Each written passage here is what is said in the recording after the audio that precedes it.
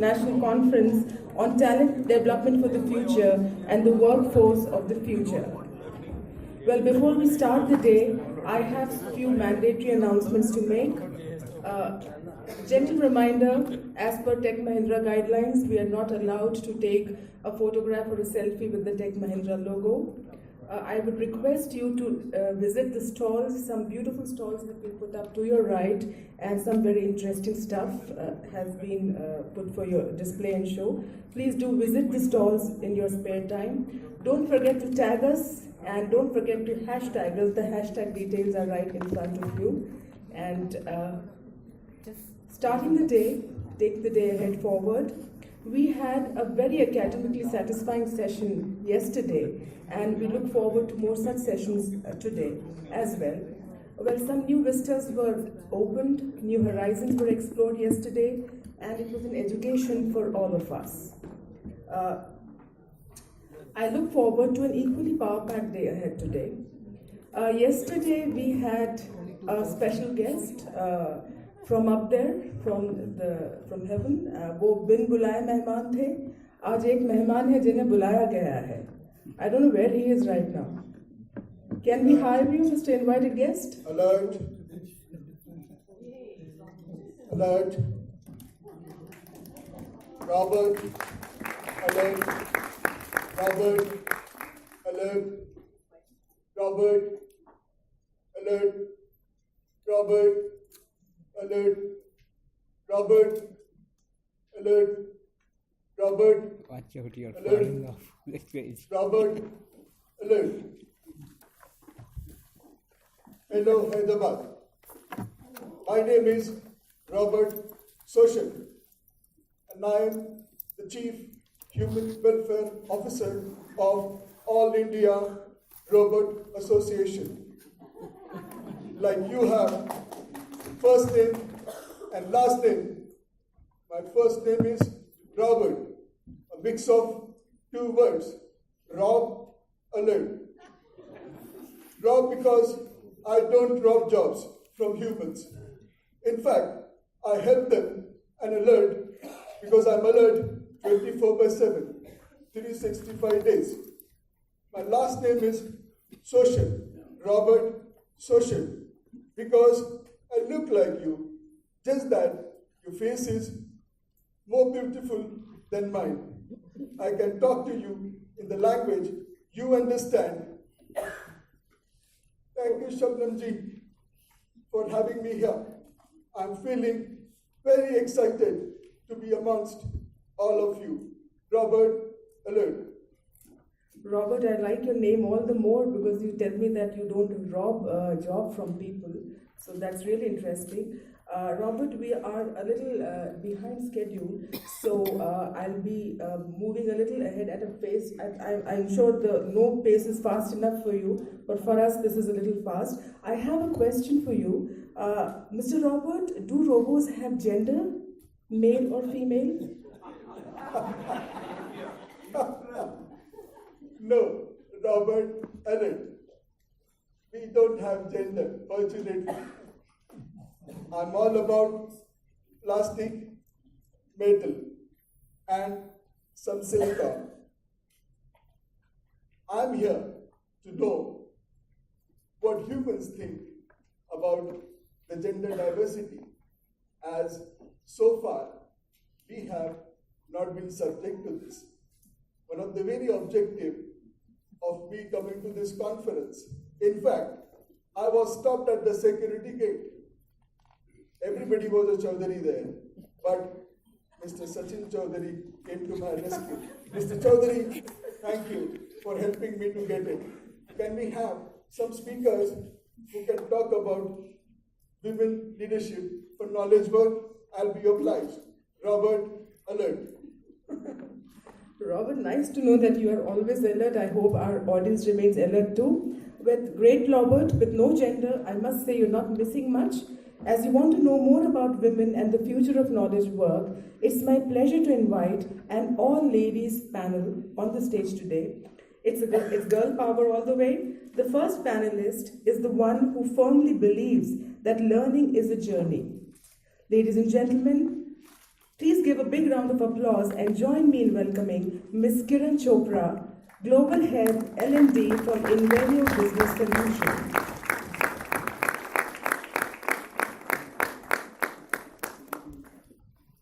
Thank you, Shabnamji. Yeah. I'll take some notes. Robert Allen. Robert Allen.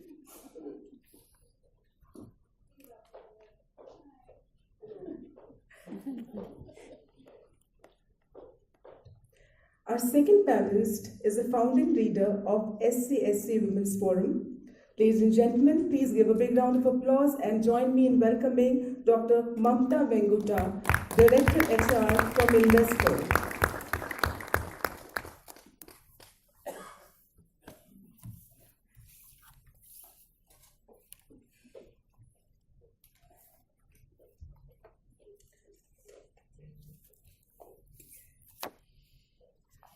Now may I invite the chair moderator for this session.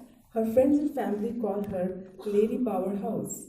Ladies and gentlemen, a big round of applause to welcome Dr. Kinera Murthy, Strategy Consultant and former Dean, ASC.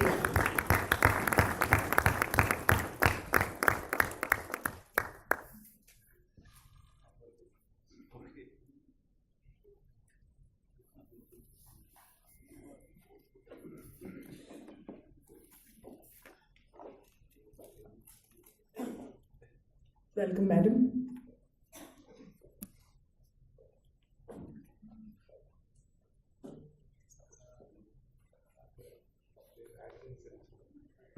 Ladies and gentlemen, we have planned this session for 40 minutes and we have two panelists in this session. So I've learned some mathematics from Robert the Robot. That means 20 minutes per panelist.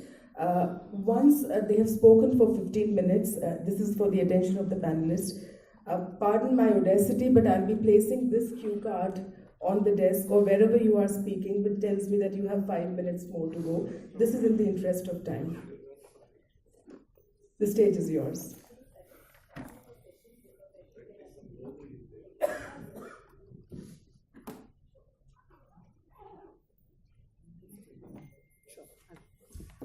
A very good morning to all of you, and it's so nice to be here on a power-packed panel. That's what they say about women, you know. They say women power, power-packed panel and all that. Let's hope that we talk the walk and walk the talk. Yeah? I would like to thank the gentlemen who have agreed to speak after us, even though they were scheduled to speak before us. But on a lighter note, I would also like to say that I'm thankful to Mamta for this because this pushing up of women happened by default and not by design. Even though I said it on a lighter note, actually it sets the context for the session as well. I'd like to take just a couple of minutes to talk about some of the issues, and then I would request Mamta and Kiran to respond to specific queries that we will be posing to them. I hope this is the format we agreed on and it's fine with us. Yeah. I think there's nobody who will disagree that there is a dire need to push the gender agenda in a lot of organizations. Even NatCon has highlighted it, the World Bank has highlighted it. Some of the things are very depressing, that in spite of all the efforts, including making women directors mandatory on many in the Companies Act as well, still the C-zone is really rarefied atmosphere. So what's happening? Why is it happening? So I'll just go through some of these statistics.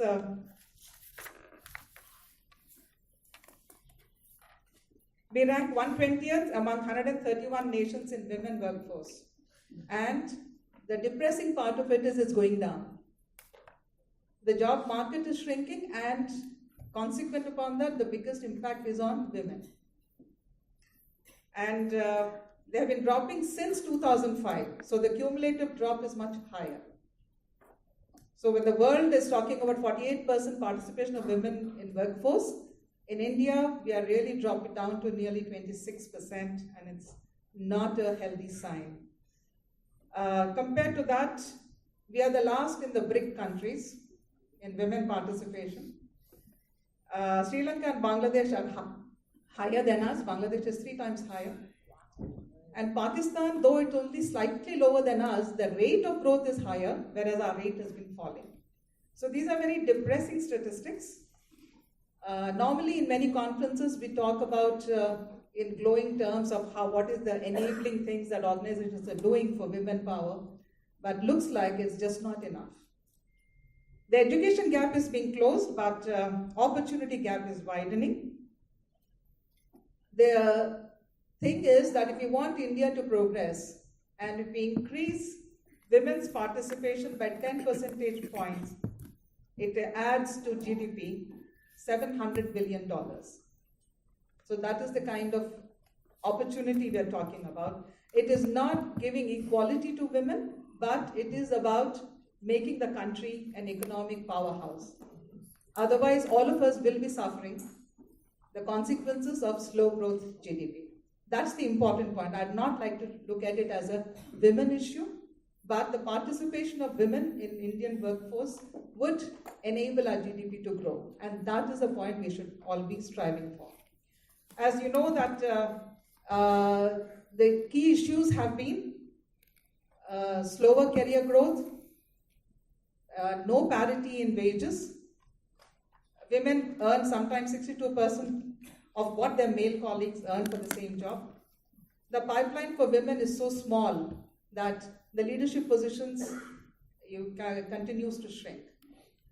So at the board level, in spite of the penalties imposed by the Companies Act, there are only 3.2% women. So these are the issues as far as India is concerned. I'd like to also talk about, the title of this session is a McKinsey report actually, which says Women and the Future of Work, a Window of Opportunity in Western Europe. So they do say that Western Europe has progressed. We are now taking the developing countries. I talked about India and now I'm going to developing countries.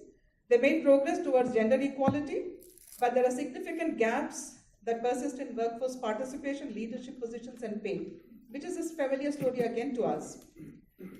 The thing they warn is that there will be major disruptions in this labor force parity, primarily because automation and artificial intelligence will displace many workers, and the ones who will be affected more than men will be the women. However, there are rising investments, rising incomes, aging population, which means skills in the health and social sectors will increase where obviously probably the choice for women will be higher. And gender favorable or unfavorable conditions, gender parity in different countries is based completely on the country's personal policies. That is important to note. So it requires a lot of policy thrust both at the national level as well as at the organization level to really make it happen and not just lip service. We talk about having a gender policy, we talk about having gender-based programs, but are we really giving it the right kind of thrust and policy is something we need to question ourselves. The 3 skill categories that will grow according to this McKinsey report are technological, social and emotional, and higher cognitive skills. So there is definitely an opportunity for women in the latter 2, but in the technology is where the report says that there might be a shrinkage, which means that HR professionals in organizations must do upskilling of women executives in order to catch up. I think that's something that has to be targeted training. I found that in many training programs, having been at the helm of training for 33 years, and I find that when it comes to training, women are not sent for training, targeted training, as much as men are. So that is one thing that can be rectified. One point which is and I think that's very important, it says that companies in the top quartile who have come in female participation, representation, leadership, they are the champions of management practices of future, such as supportive and consultative leadership and creating open and trusting environment. So if we are organizations which are striving to be professional, we are striving to be people-friendly organizations, then women leadership is a sine qua non. I think that's the thing that I would like to take. So the 5 key actions to leverage future of work and unlock women potential. This is my final thing. Is 1, empowering through transparency on future opportunities. A lot of people do not know that opportunities exist. They are not groomed for those things. Level skill building playing fields for both men and women. Like I said, targeted training is not there. Foster more dynamic career path for women. Then create pathways to STEM fields of education: science, technology, engineering, maths. Otherwise, we'll be proving what Larry Summers had said once and got into a whole lot of trouble. So those are the things that need to be taken care of. And finally, the fixing the leadership gap. Now, this is the context I wanted to paint before we start off the panel discussion, primarily because it is one thing to say that we are all progressive organizations, that's why we are all here, and we have given gender parity in our organizations, we have gender-based policies, but do they really have teeth, and are they really impacting, or are they just maintaining, is the issue that I would like to start off with. Maybe I could pose this first question: to what extent do you think that gender-based policies have impacted, either positively or negatively, or they have not impacted at all, is something I want to hear from both of you. Mamta, would you start off?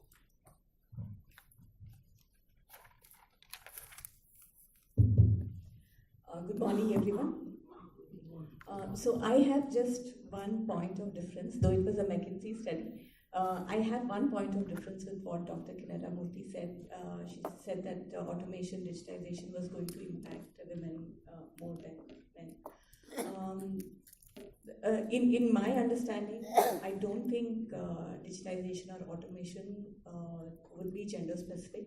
I think it's going to be gender agnostic.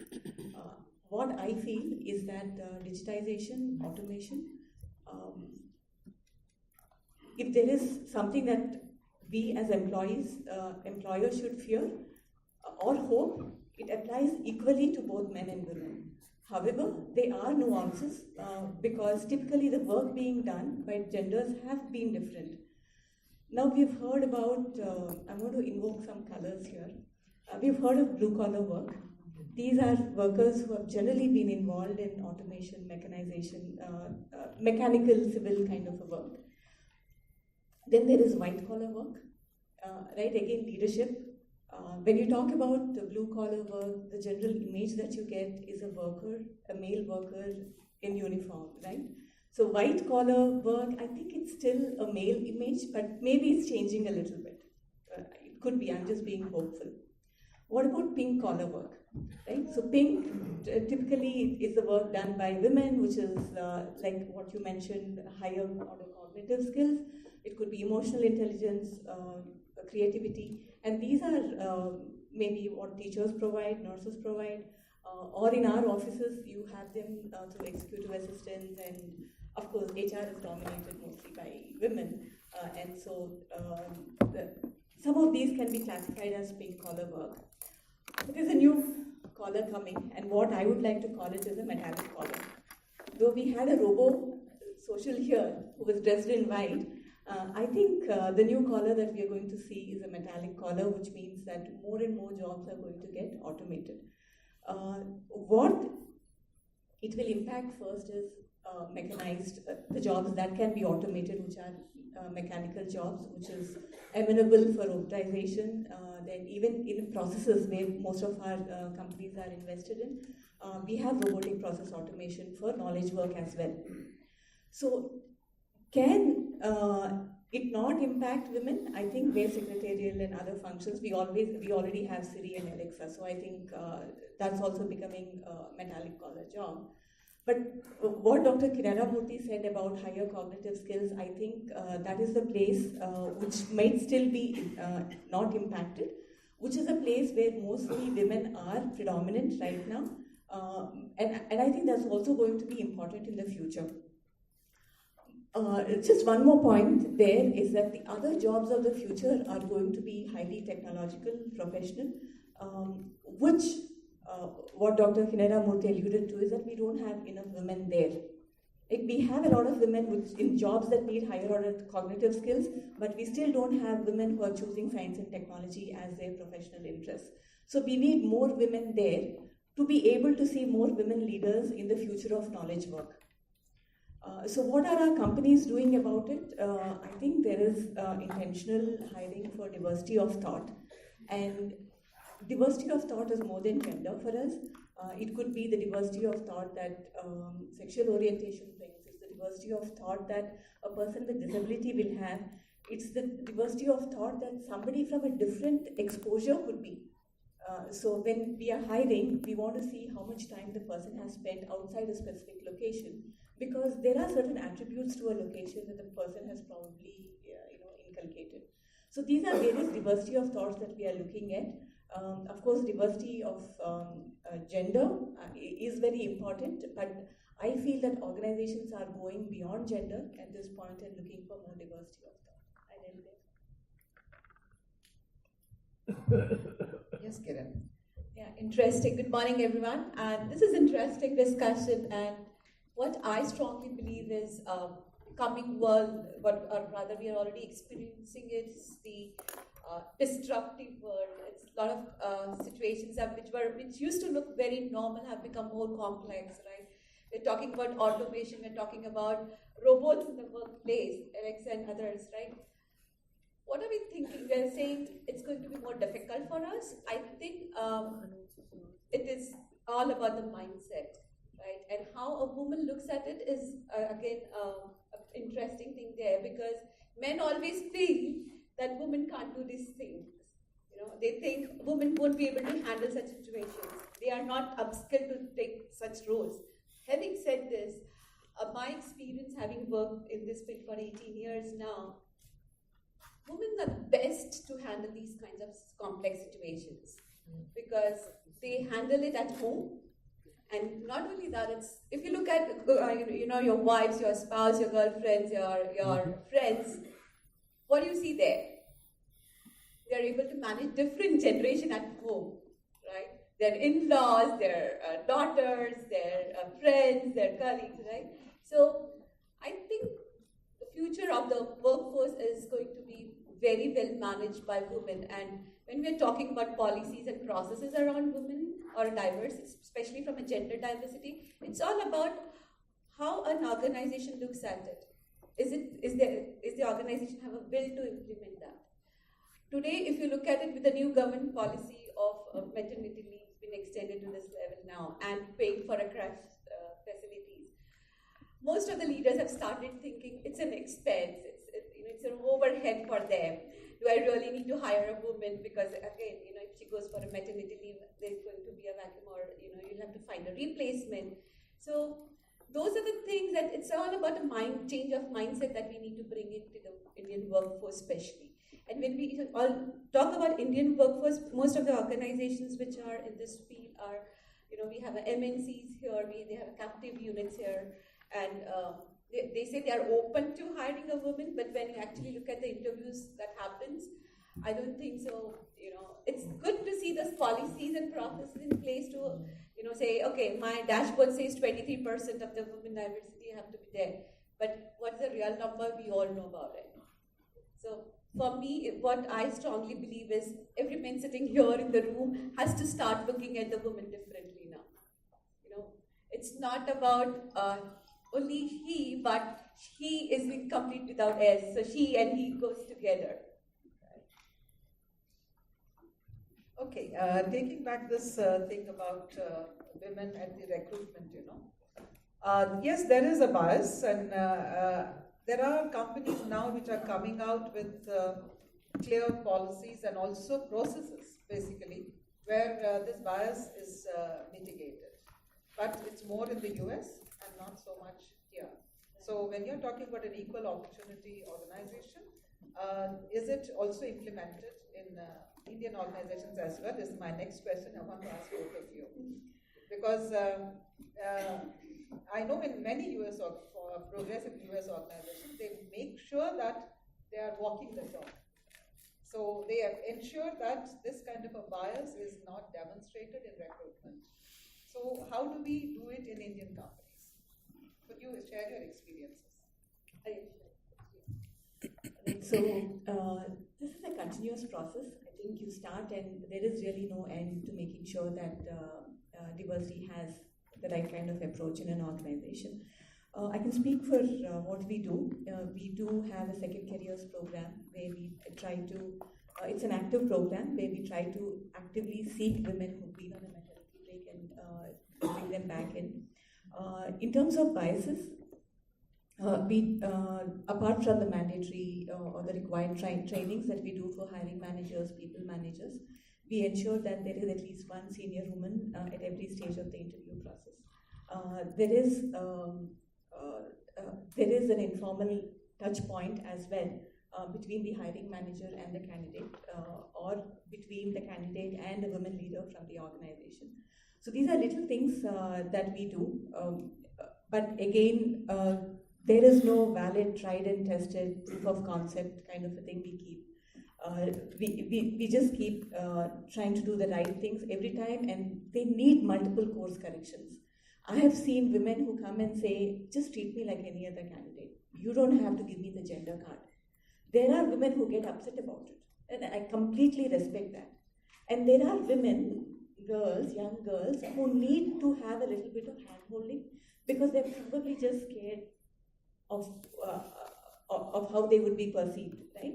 Just give them a little more touch point, handshake, and they kind of blossom and you get the right candidate. But you need to understand what that person wants.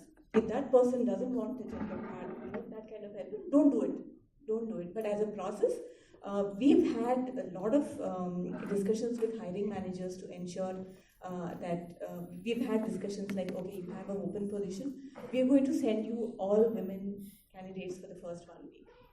You look at it, interview them, don't like, then we'll provide you a mixed slate pool, right? So because we wanted to be on a conscious journey to increase the gender ratio, and luckily for us, though it took time, most of our hiring managers are very amenable for those discussions, so that helped.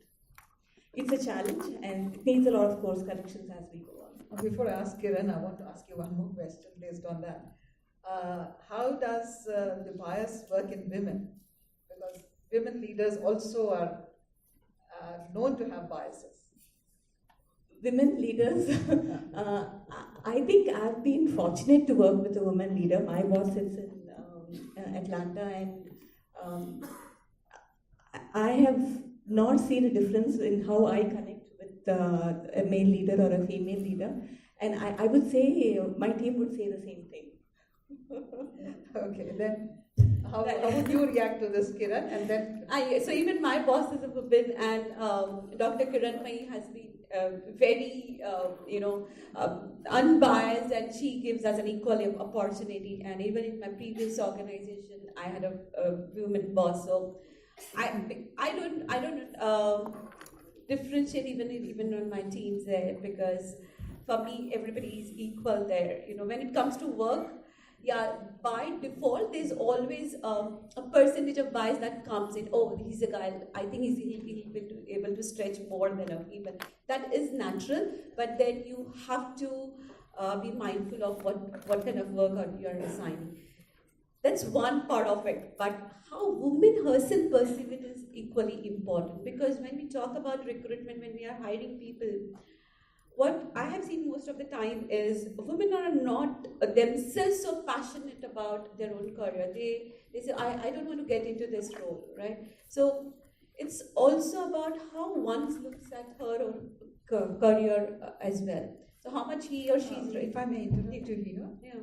why is it that some women do not want it? Is it because of enhanced responsibility, or the politics, or the lack of confidence? I mean, it could be due to a host of reasons. Absolutely. But the fact is, there are some women who do not want it. Yeah. So what kind of enabling situations can we create to enable this to happen? Because the pool at the top is shrinking. and it's a serious concern for a lot of organizations, and that is what we are discussing here mainly. Right, and that is happening because even at it starts from your upbringing. Right? How have you been nurtured in terms of taking the responsibility or giving that confidence to a girl child, saying that go ahead, do this. It's okay, to go ahead and buy a grocery for home, because it's all about spending also. It starts from a financial stuff. So how your upbringing is, what kind of education you have been imparted with? For an example, do you go to just a convent school where it's a girls' school, or do you go for a co-ed schools? I'll give you my quick example here. Being the having all three daughters and being the youngest one, right? You take the responsibility of being a son in the family. Coming from a Punjabi family, it's like, oh my God, you don't have a son, and all three daughters, you have to get married by 21, 22, right? However, my parents always brought us as a son, right? All three of us, and today all three of us are working in a very good positions, and it never felt that we are daughters, and so again, it all depends on how you have been brought up. I have a problem with these personal narratives primarily because we are actually the privileged lot, otherwise we wouldn't be here in the first place. Exactly. I'm saying it's the situations that create. What I'm talking about is not something I faced or anything like that, but generally if you see that there are organizations where these biases do exist, and we are talking about a whole lot of, on a general scale, we are not talking about individual experiences. And what I find is, if I take it as a universal kind of a thing, a lot of women start, and men, they start as graduates, and you take them at, hire them at induction level, and after that, they remain at a graduation level. Women mostly remain at graduation level. The skill upgrading does not happen with them as much as men want. First is lack of ambition. The second is lack of direction. And there, I think organizations can play a role, and that is what I'm trying to ask you all. Recently did a campus hire, and we made sure that our 70% of the hires are women hires from campus, and we actually have been doing a lot of in-house trainings to upgrade their skills, so that we have a good women workforce in the organization. So that's one of the strategies that we have implemented right now. I think as women grow in their careers, they're obviously also going through different life stages. As they go through those different life stages, women more than men are looking for flexibility. And if that doesn't come, that's probably a big reason, which is why the flexibility at work is an important initiative that most companies are looking at. And that does have the potential to bring down attrition at the middle and leadership levels. But the important thing is that with flexibility, sometimes also the quality of work may come down. So the organization has to make sure that the employee, whoever the manager, the leader is still invested, feels like they're learning and growing, though they have the flexibility. Typically, I've seen that once flexibility is introduced as a regular work plan, then sometimes the quality of work comes down, which we should be cautious about. That's an interesting point. I'd like to also ask you, are there any special skill building programs you have for women in organizations which are over and above what you do for the general workforce? So we have this Women in Leadership program, and we've also tied up with some of the universities which impart these women-related programs there. And not only that, we have also ensured that they get they have been encouraged to take up the courses outside the organization, which have been sponsored by the company. So that's one initiative we have ensured. Would you like to add? Again, similar about women in management, women in leadership. But what is important is the ability for women to speak up, voice their opinions. A lot of times women don't. For me, the biggest thing, and again, that's probably the reason why we are talking about this topic in ISTD, because it is related to skill building, reskilling, etc. The basic thing is for women to speak up, be heard. So those are the things that needs to be done. But also related to reskilling. If we know what the skills of the future are going to be, if it's digitization, etc., we want to make sure that there are more women who are going into the digitization, automation kind of a big data kind of a place, because that is where we are going to be hiring, and we want our gender ratio to be maintained there also. So one is on the soft skill side, just the leadership, creativity, higher cognitive skills. The other is making sure that they are in the right professional, technical work streams, so they continue to be a major element of our workforce. We have just been given the signal, so I do not want the audience to feel left out. Can we have a couple of brief questions, please? And brief, please. Yes. Yeah. Hi, my name is Bhumika. I'm working with Digital India and I've come here from Delhi. So I understand the policies are in place, the trainings are being done for women, and everything is there. There's rules set up, and we are trying to encourage them. But let's say, for example, my career has been 10 years long till now. As long as you are in the starting position, you are working with teams, it is fine.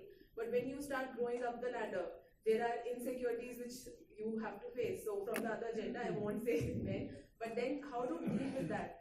Because even if you go and complain, it's not the complaint, how to deal with it? Because then people would say that you are playing the gender card, which personally, me or others, they don't want to play. It is just that if I'm being, if I've done something good, I should be recognized. But it's not about gender.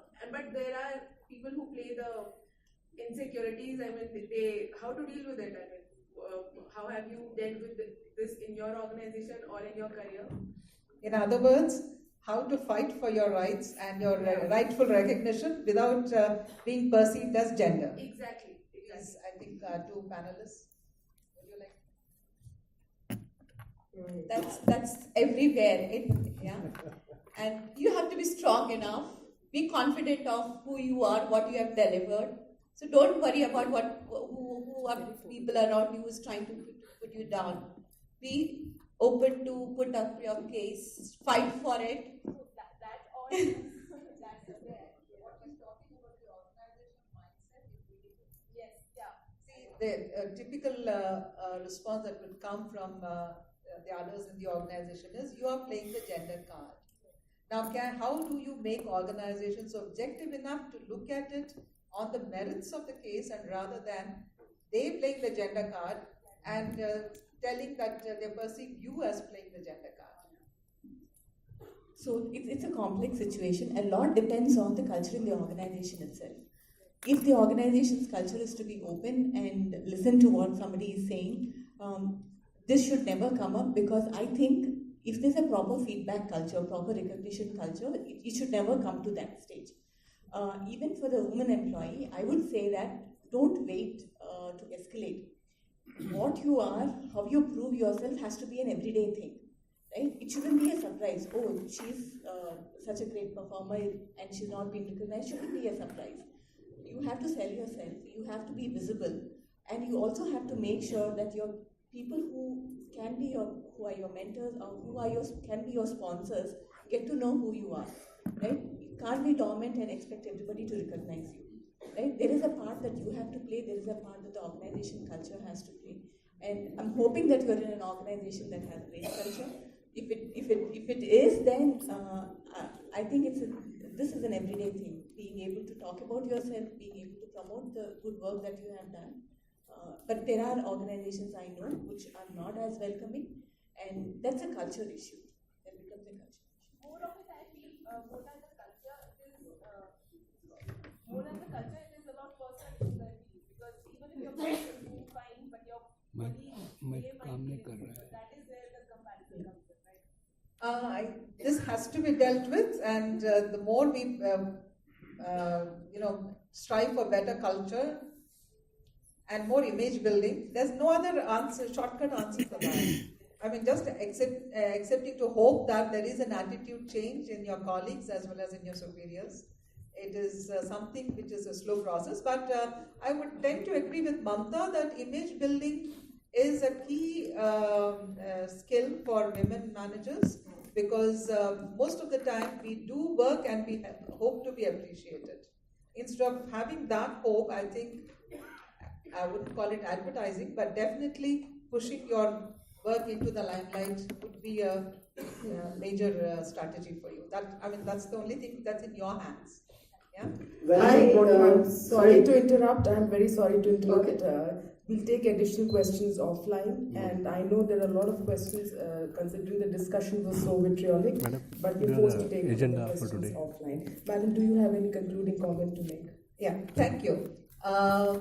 We started with a larger environment and then found that at individual level, different organizations in their islands of excellence, they're doing good. But the question remains unanswered, are all organizations willing to do this?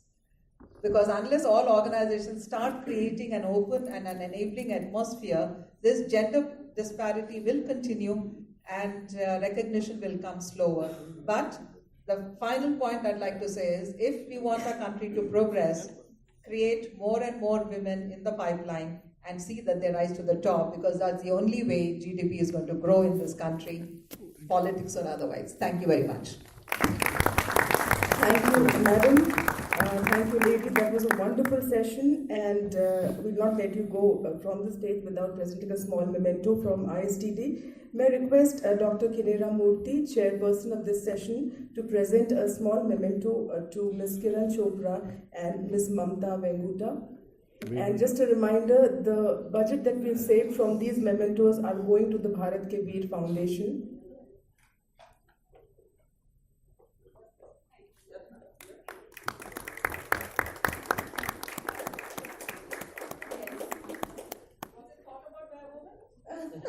Yes.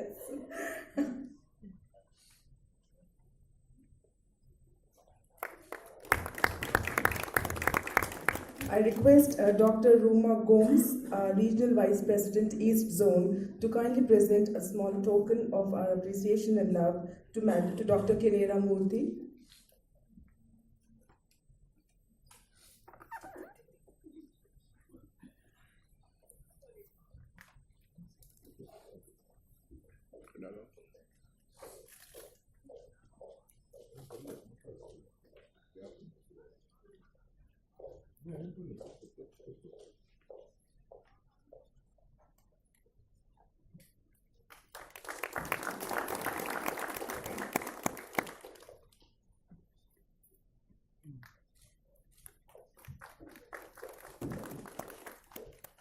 Thank you so much. Thank you, madam.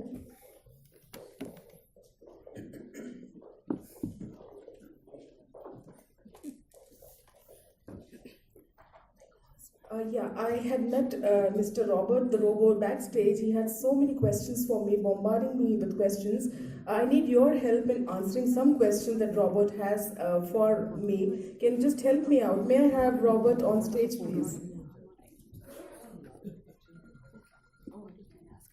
Robert, alert. Before questions, thank you, lady panelists, for clarifying that the only way society will progress and the GDP will progress is by women rising to the top. Thank you. I also liked when the chairperson said image building is required. Not sure whether she included me in the list. But now, I have a question. We have a conference coming up where we are going to discuss the future of RoboForce. We are being used. Sometimes you are listening. You are fighting with me backstage. But we are being used everywhere. In the kitchen, in the field, in the offices, everywhere. If RoboForce of the future is going to change, being chief of the workforce, even I need to change as a leader. May I request, Shabnamji, if you can invite someone who's going to tell me and tell this audience how the leader of future is going to change with the workforce changing, so that I can take some notes and share in our conference. Can you help? Yeah, sure. We have just the right person for you and also for the future. May I invite a gentleman who has been associated with ISTD for more than a decade now. Ladies and gentlemen, please give a big round of applause and join me in welcoming Mr. Venkatramanna B., Group President HR from Landmark Group.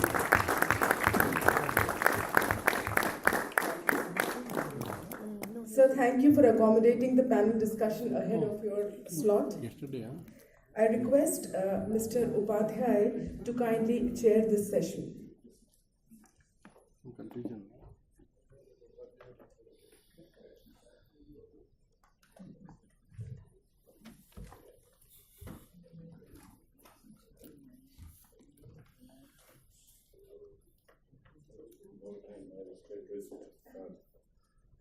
So good morning, one and all. Morning.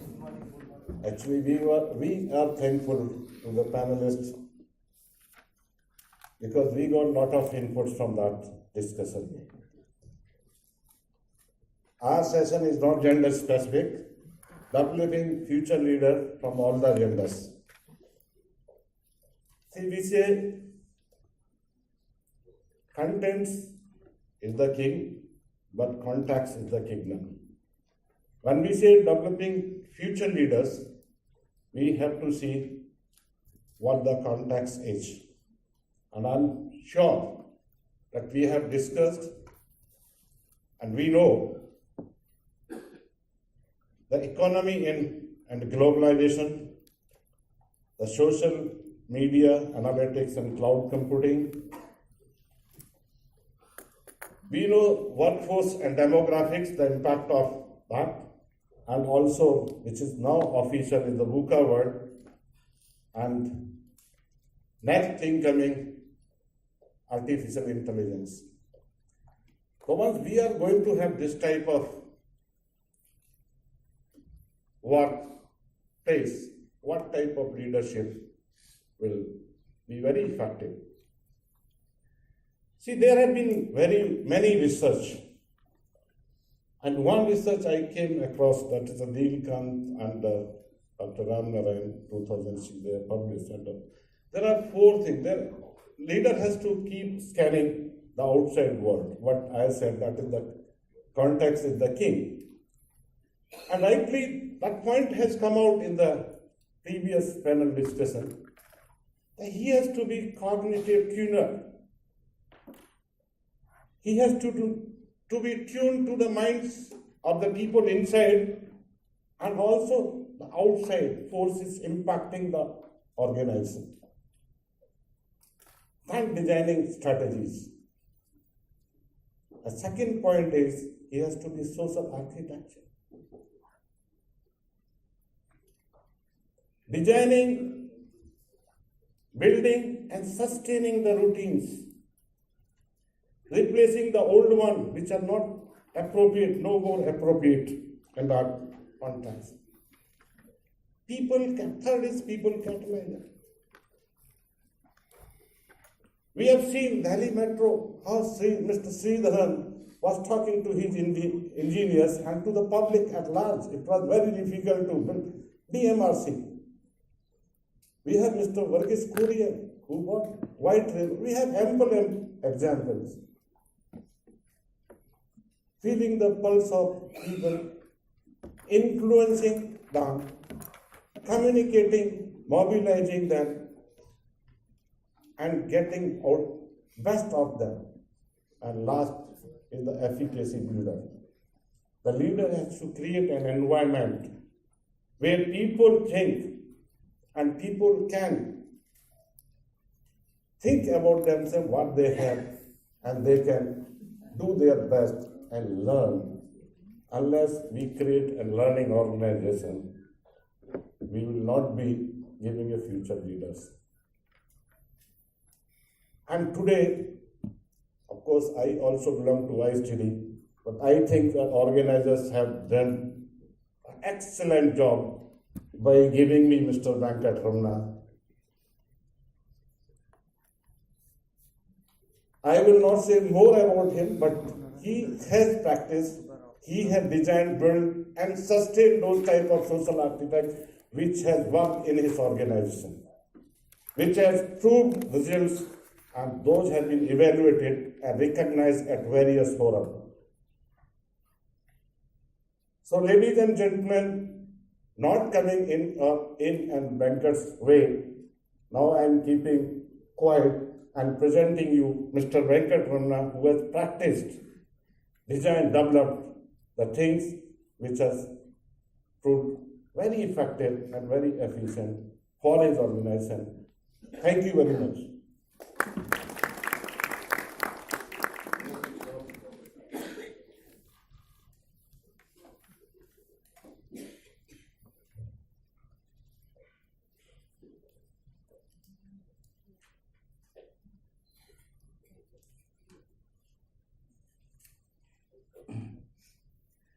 Thank you, Dr. Upadhyay. Thank you, Dr. Gangadharan, for inviting me here. It's always been a privilege and pleasure to be with ISTD. Like Upadhyay said, I was very closely associated with ISTD for a long time, but then had to kind of keep away for about 5-6 years due to work. But when ISTD calls or beckons, I always feel I should be there. Yes, I did make a presentation.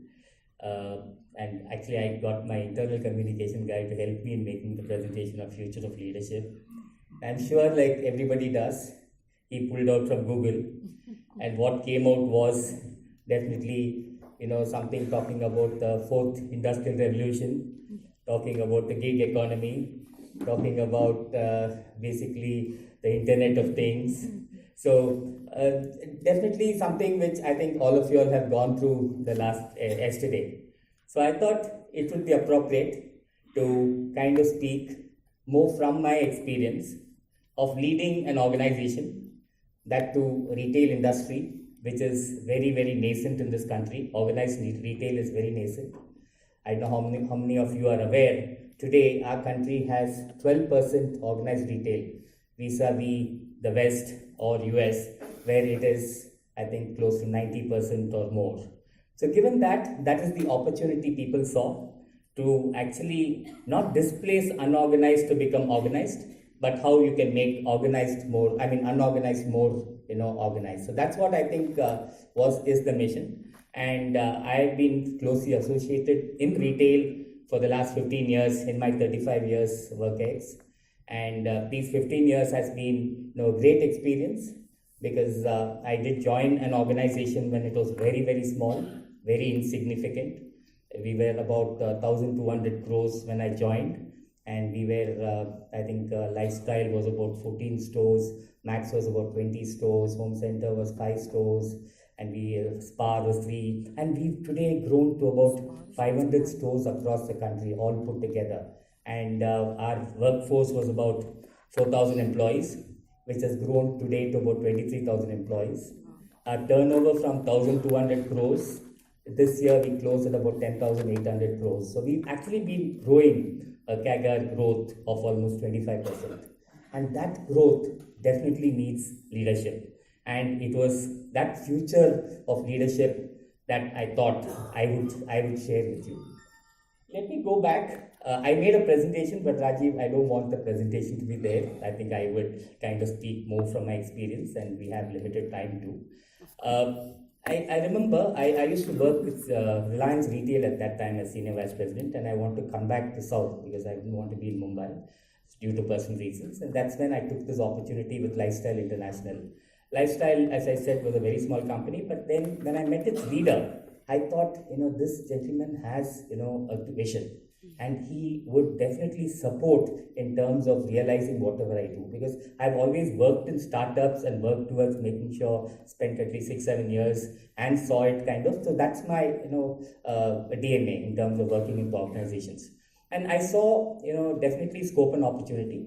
And yes, that conversation was very good when I met with this gentleman, who I consider is one of the best leaders I've had in my career, and who definitely was very, very futuristic. He could think about 15 years ahead of time, but at the same time was very practical, he was not a theoretical guy. He was not from any of the big business schools or Ivy League colleges, just a BCom, but then a guy with great kind of insights. And he was instrumental in taking this organization to whatever, and I had the pleasure of supporting him in doing that. So when I entered office, after accepting the offer, we all had to be in ties. So I didn't know. I mean, it's the days of ties were getting over, but then a formal dress is what was required. And I thought it's not the right thing. We are in a fashion space. We are in a fashion industry, and going formal to work in ties. Okay, I thought to myself. And when I went there, we were in Chennai. So we moved to Bangalore from Chennai, and most of the people were speaking Tamil. And we were looking at being a all India organization, but it looked as though it was a regional organization. I saw that people were working in silos. Each function was in silos. People had actually kind of, come in the organization 10 years ago. It was already 10 years old at that point of time. Now we are 20 years old. And the people who worked in Dubai, which is our parent company, we are a large Dubai-based company, and we started in India in 99. And people who worked there came back, or people joined us, continued to work with us, and they were, old school of thought. They didn't think out of the box, think something different. So that is something which I felt was a challenge. And then going into various policies, they were all age old. I think adapted from manufacturing, and which was not for a service industry, which I think needed to change. So I saw a lot of things that needed to be changed. And I think that was what was futuristic. Okay, today we work with bots, we are introducing AI for recruitment, but all this has come. But then I'm talking 10 years ago when you needed to be futuristic, because always they thought a retail industry, the office should be the back office, because the margins are very, very thin. And so they were very conscious in terms of expenditure. And so that's the reason they kind of were always backward. So then it happened that yes, what do we do? So I had very heart-to-heart conversations with the MD, and told him that this is what I see is not going to take us far. We don't have management bandwidth. We don't have the culture. We don't have something people can think really big. And how are we going to actually do things? So he said, Venkat, it's for you. I think I'm all for you. I'm sure you can definitely transform, because I gave him something. When I used to work for Reliance, I started, I was the 7th employee in Reliance Retail, and had the opportunity to sit with Mr. Mukesh Ambani for about 25 meetings, about Manoj Modi for a lot of meetings. So I've seen, Mr. Mukesh Ambani's dreams being realized at that time, what he wanted. So he said that, this was October 2005, I'm investing 25,000 crores, and I want this organization to be 100,000 crore in 2010. But then retail is not like a petrochemical or a refinery or a petroleum or whatever other industries we are into. But then it's a different business altogether. A B2C business is different. In 2008, when the recession hit us, we were about 3,200 crores. And had an investment made of about 9,000 crores. Because Reliance, one thing, they set up infrastructure. The first thing they do is setting up infrastructure. And then he realized that this business is not what he wants to do. He had, concepts like farm to fork.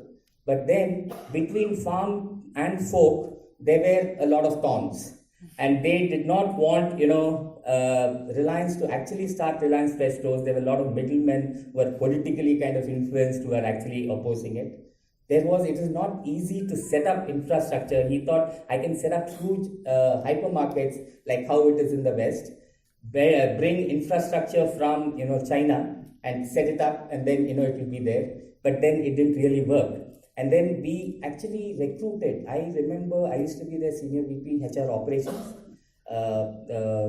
Parvati is here from Cucumber. She knows how we went about in terms of recruiting, because she helped me for South. And basically it used to be that I had a team, HR team of almost 650 people, 700 people reporting into me then. And we didn't even have number of people. We had some 15,000, 12,000 people whom we had recruited. And the organization we had all put together would have been about 1,000 HR people. The idea was these 1,000 people need to bring 50,000 people. So that is what was how we brought in. And then we had a slogan, each one bring 10. Say, for instance, somebody gives the application for a job. Behind the application, there will be a column for him to fill 10 kind of, names whom he can refer for the role. Wow. So we said each one bring 10. But then in 2008-9, we started consolidating. It was a very difficult proposition. This 1,000 HR team became a 200-member HR team. And anybody gets a job, we tell him, can you refer the people with us, the jobs there? So it became from each one bring 10, each one take 10. So that is what was retail, so that is what we went through. And definitely from there today, if you really look at it, they've come a long way because they have very, very strong deep pockets. They're, his vision, his dream, he always wants to realize his dream. He's very different. So coming back to lifestyle, so what we saw was, one, in terms of culture, which we needed to build. Second was in terms of the complete mindset, because if you look at the leadership, they were all not prepared to look at larger kind of vision. They didn't have. So how do we do that? So that was our second proposition. Third was to actually make sure all processes get automated, because we can move from transactional to transformation. I'm very fond of this word because I'm sure my ISTD colleagues will know that how we actually transform from. We had a conference on this. And how do we actually kind of get to make this organization strong? So I have 5 minutes more. So I'll make sure in these 5 minutes I'll do justice. Yes, so we embarked on the idea of building culture. So we made sure we changed our dress policy. So Dubai was very particular. Dubai was actually, they were all suited booted, but they were not willing. But then we got it done here. Today we had to be in casuals. I mean, if I've come in jeans, that's what I need to deal with an average age of 27 in my organization. Otherwise, he will not look up to me as the HR head. So I was asking Parvati, whom I met after a long time. So I'm already retired, I'm an extension. Then she said, really, Venkat, I don't know to look, late 40s, what she was mentioning. So actually, you need to look. Definitely make sure that you look young, act young, think young. That's what was required from leaders. So that's the difference I think leaders had to go through. Second was, yes, in terms of our policies.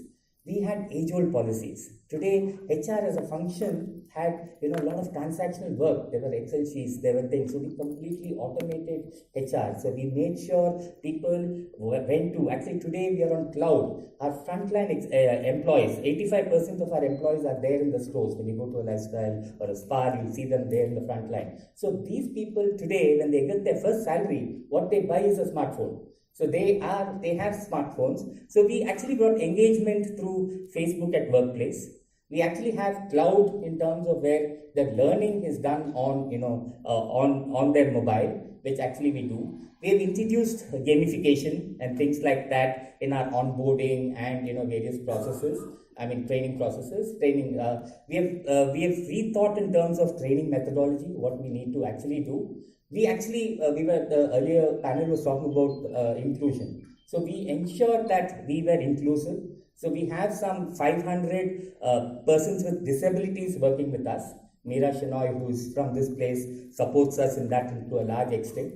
And we have, in terms of our diversity, was very low. We were at about, I think, 13% women. So today we moved to about 22% women. We sensitize people. Today, when we go through an engagement survey, we feel 98% of our employees say that this is a safe place to work for women. So we were very happy that we are able to create that. We actually made sure that we were futuristic in our thinking. We actually went ahead. Shoppers Stop was the leader at that time. We were actually back then. They had the first mover advantage. But then today, we with 80% of their retail space do more than 100% of their business. So we've really grown very well just because we changed management. We made sure that we got people who had the right attitude. And I believe in HR, of the 320 HR people I have, again, Madam Kinera, we have almost, I think 60%, 65% are women. in our HR team. So definitely believe that women make better HR managers, and that really helped us being inclusive, diversity, forward thinking, making sure we got the right guys who manage large businesses. We needed to actually attract talent, retain talent, and what we had to do was to create an employer brand. How we created was with all this, people within felt very happy. Our engagement scores in 2012 was 59%. It went to about 80% in 2017, in 5 years, which said that we applied for great places to work, and we were in the top 10 companies to work for in across industry, with competing with the Googles and the rest of them. In retail, we continued to be the number one best place to work for continuously for 7 years. This gave pride for the people. We made sure we created an employer brand. And we have open offices. Anytime anybody can come in. It's not, we have to break hierarchies. That's what we did. We made sure that people came in. I mean, they didn't feel that he's a president or a vice president. We wanted to remove all those designations, but there is resistance. But then I think that is what we need to do as an organization. Because a millennial is very different. I have children who are now okay, they've crossed and they're on their own. But then I know the way, my second son, how he grew up and how I had to manage him. That's how I need to manage these staff, be it a frontline staff or a NIFT graduate who's comes in as a buyer or a designer in the back office. Each one needs to be treated differently, and that is the change we brought, and that is what I think is future of leadership. And today, all this in terms of gig economy, or Internet of Things, or maybe in terms of definitely the fourth industrial revolution happening with all AI and various things which are coming in. So I'm sure you will, this if you have, and like they said, it is important that leaders, managers, their cognitive abilities will be tested. And that is what they need to kind of, enhance and make sure that they make better managers and better leaders. And with this, I'm very, very happy. Once again, thank ISTD for this opportunity, and looking forward to seeing you all again. Thank you so much.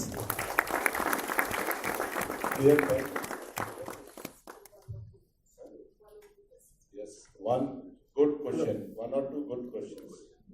Hello. I'm Shrikant. See, we are talking about leaders, the qualities that we should have. But what about the succession planning? See, succession planning is the part of talent management. That talent management is the feeder to that. It is not in isolation. But leaders are the leaders not responsible for that? No. I think it is very, very critical. And how you plan your succession also becomes important. It is not only managers or leaders planning their succession. I think it's also for the promoters how they plan their succession. Because all that happens, because I've seen two generations, how the first generation is and how the second generation is. So given that, I think it's very, very critical. And how do you do it with the talent management process, which Dr. Upadhyay said, we kind of need to have very, very strong assessment centers. People need to see that it's a performance-driven culture. High pods need to be recognized. They need to have fast track. They need to see themselves. So all these are, I think, very, very common today, which organizations are doing. We need to continue to be doing that. Hi, this is Deepak. Just a question from a leadership for the future perspective. Looking at the technology, the way it's coming in all aspects of talent, for leader, it's important to become as tech savvy as possible. Now, when it comes to this, how is it that you feel the leadership is gearing up for, getting back to the classroom and looking at technologies? Actually, today, I think when you talk about a leader, 20 years back, when you thought of a leader, you thought of a 50-year-old man. But today, you're looking at a 30-year-old man. So, and this person definitely needs to be tech savvy. And the 50-year-olds also, if they don't get to become tech savvy, they don't have any kind of role today. So that's what it is. But if you have to go with the times, if you can't be sitting and saying, I will still not be tech savvy. So that will not work. They will have to be tech savvy.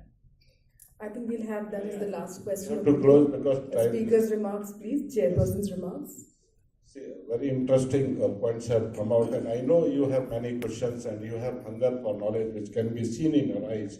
I can conclude, we can buy any amount of machine, any type of machine, we can have capital, we have infrastructure. But the difference is made by the people. And by the people who are valuable, who possess valuable skills, and those skills are rare and difficult to duplicate. When you have this type of people in your organization, then you can create your own future. And last thing, when you have this type of people, you have to have that type of organization where they can stay. Organization also has to create an environment where people take risk and learn from this risk and take the organization in the next orbit of growth. Thank you very much. Thank you so much. Thank you so much. May I request Mr. Upadhyay, Past President ISTD, to kindly present a small memento from ISTD.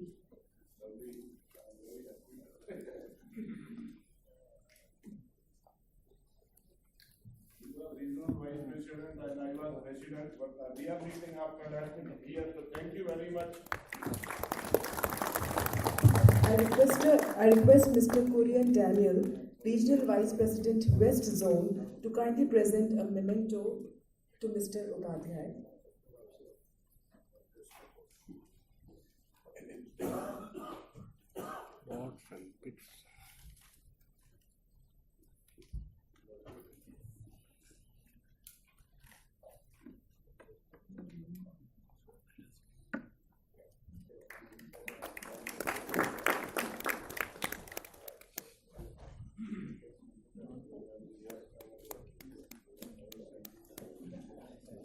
Thank you, gentlemen. Thank you for a wonderful session. Thank you so much.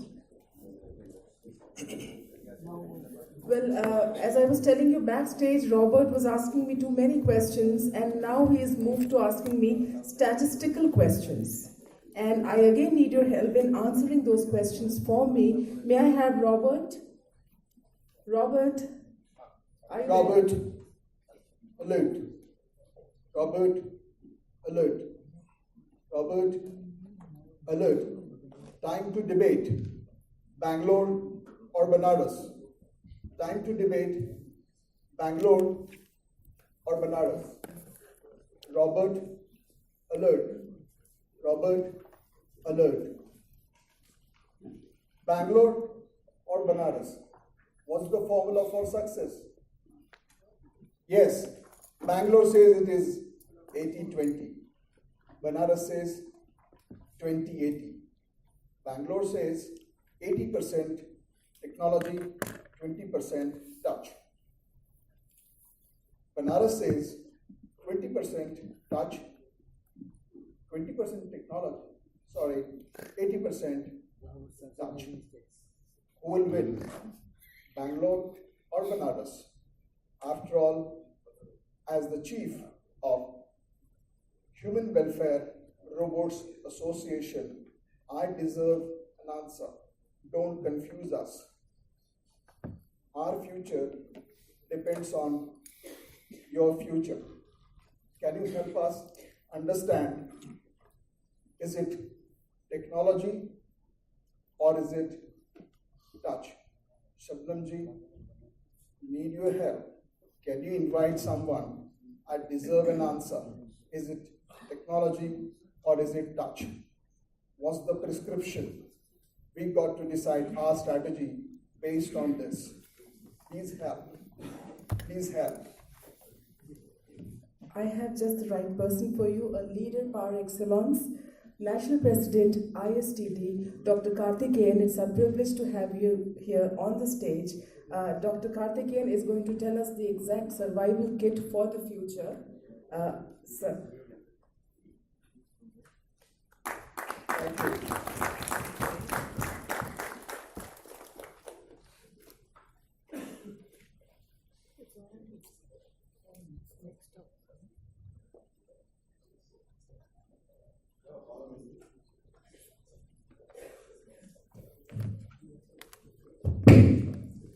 My time starts now, 20 minutes. So let's have a 2020. The good news is it's just 20 minutes. How good that 20 minutes is, we'll see together. Okay. Before the mic comes, let me start talking.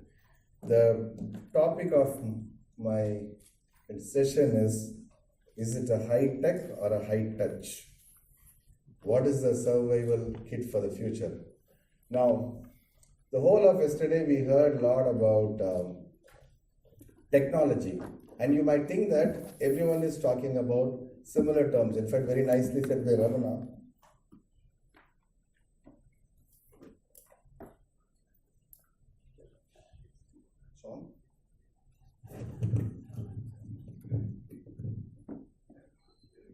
Thanks.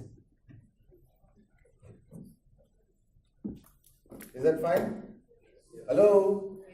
Yes. Hello? Yeah. So, it's like all over again whether we are going to talk about technology. To me, everything is a story, right? Story is retold again and again and again, and the story is not just by the storyteller. Once the story is told, it goes to other side. I think the receiver creates the story by himself. That's why the Mahabharata is retold again and again and again, and every time I think a new story gets formed in your mind, right? Just to have your opinion. Which character in Mahabharata, apart from Lord Krishna or the major ones, you are so fascinated? Let me give you a theme. Something like an act of revenge. Which character comes to your mind? Quickly. Cat call. Bhim. Sakuni. Sorry? Draupadi. Okay. Karna. Dhritarashtra. I have a name and I'll see who says that. I'll have lunch with the person. Ashwatthama. No. Apart from Krishna, I said. Karna. Arjun from Bengal Tiger. To me, it is Amba. Amba is a story of revenge. How Amba becomes Shikanti to kill Bhishma is a powerful story. Now, I heard this from my daughter. My daughter is a better storyteller than mine. First 15 years of life, I was telling her stories. Now, last about 3-4 years, she is telling me stories. She tells me different stories of Mahabharata and tells me how the same thing is told by Devdutt Patnaik and how the same thing is a Bengali writer talking about Draupadi's point of view, the entire Mahabharata, or how it has been said in Ved Vyasa.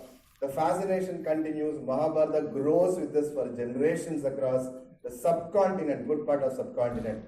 The future of work is same. We have our own stories, and the stories are predominantly by the consumers of the stories, not by the storytellers. So what I'm going to do is, I'm going to try to put something slightly different in perspective. I don't believe technology is going to take all our jobs, number one. Technology is now.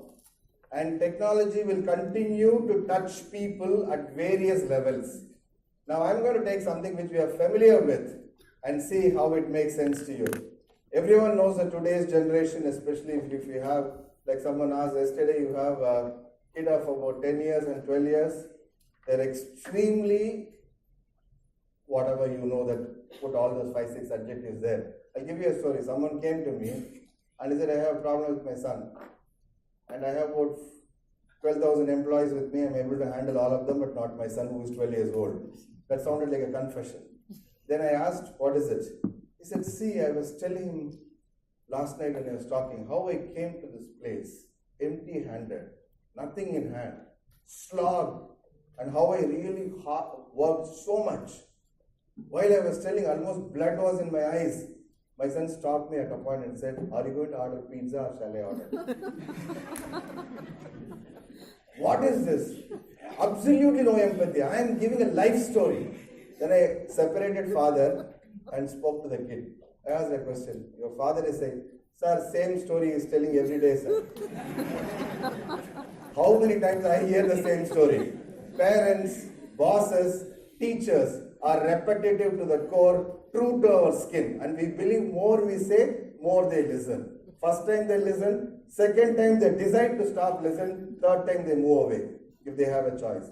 I think we are going to deal with this generation of people who learn it much before you learn, and you are trying to handle them.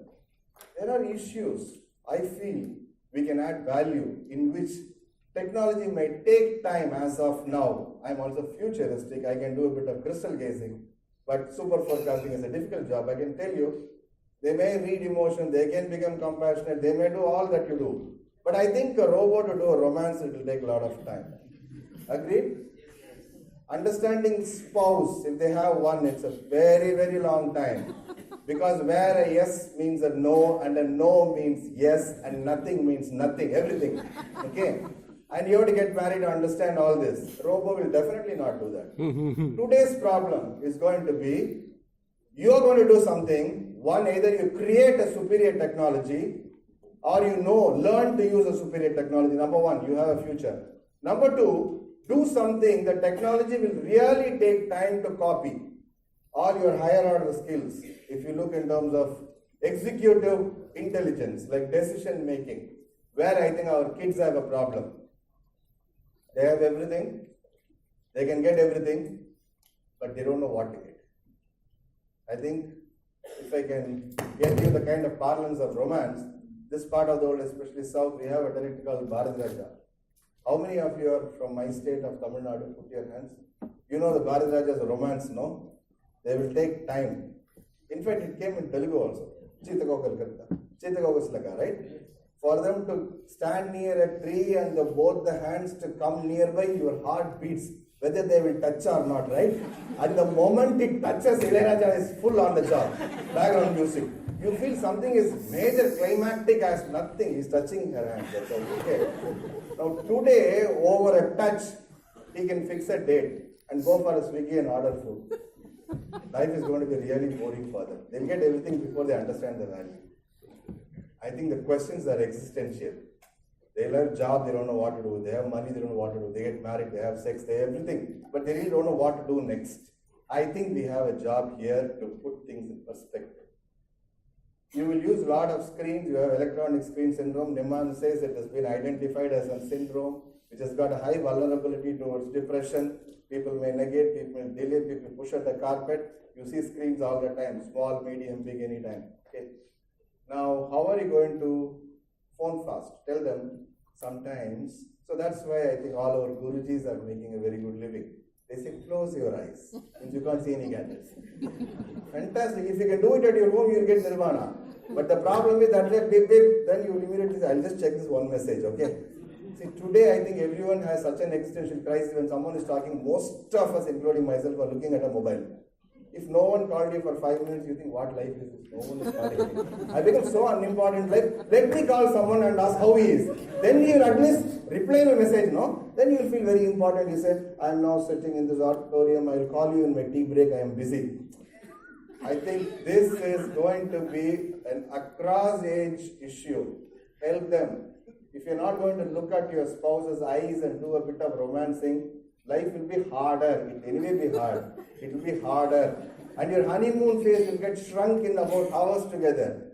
At least people took time to explore. Physically, mentally, emotionally, eating in at least some 25 people, relatives, places, they go explore. Today everything is cut short. He has to get back to duty immediately after marriage, or else go back to US visa. And every couple in a marriage looks super tired. Smiling with the dresses and makeup and handling. They don't care about anyone. Relatives come exactly for the photograph, push the gift, run for the queue, and run for the car park. You're lost the fabric of social. I think it's going to hit you very badly at your personal level. If we can somewhere be available, don't advise. Don't say, I went to Hyderabad. Someone spoke to me on this. Kiddo, you come and sit. They'll hate me along hating you. Please don't quote me. I'm saying be available when they are distressed. Be available when they ask. Be available. Be there around. You drop your phone, at least look at them. So after some time, my son does it. He will say, Papa, how was the day for you? I will be saying something. Then if you don't say something, I ask you, how was the day? So give that space, don't answer.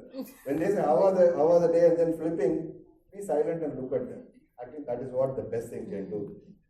Today, Ortho says that because of looking over phone, they have lost again the peripheral vision. They have their issues with them. Everyone has got a joint problem. Collar has become a fixture.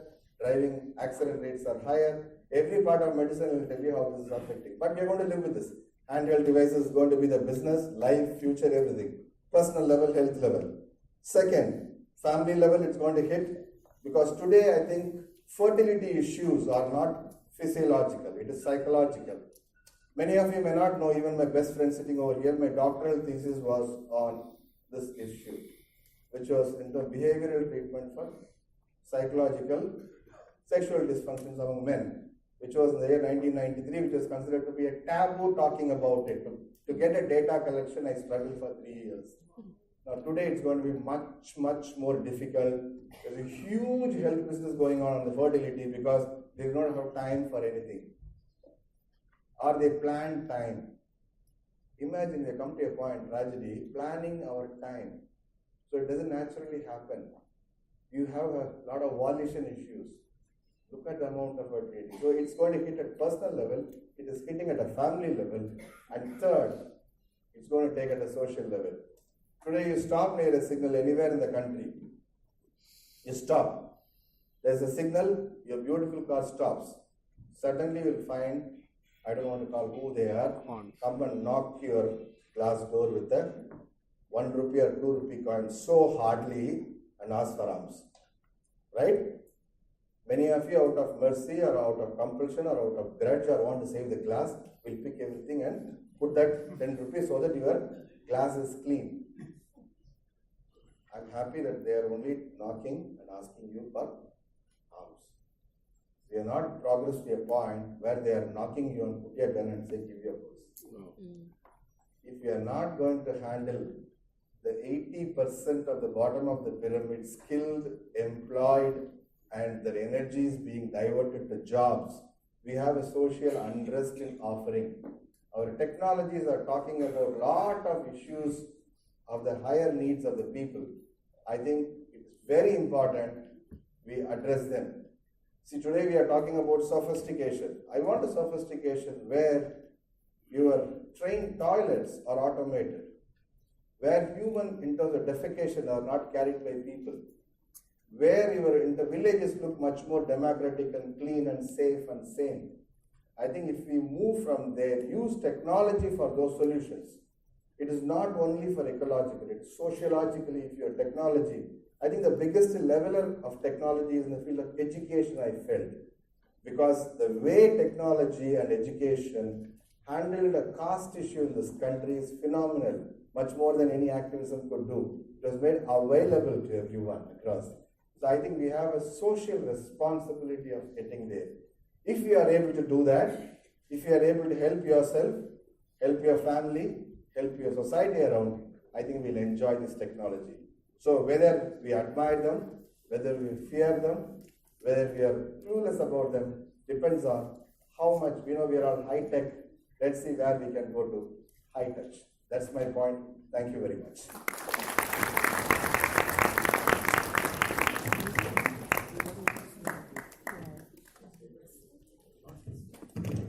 So thank you so much. You're the first speaker. I didn't have to show the card to the white card. Thank you. May I request Dr. Gangadharan to present a small memento to the National President ISTD, who's presented us or has told us a beautiful prescription for survival in the future, a perfect blend of technology and touch. I request Dr. Gangadharan to kindly come up and present a memento to sir.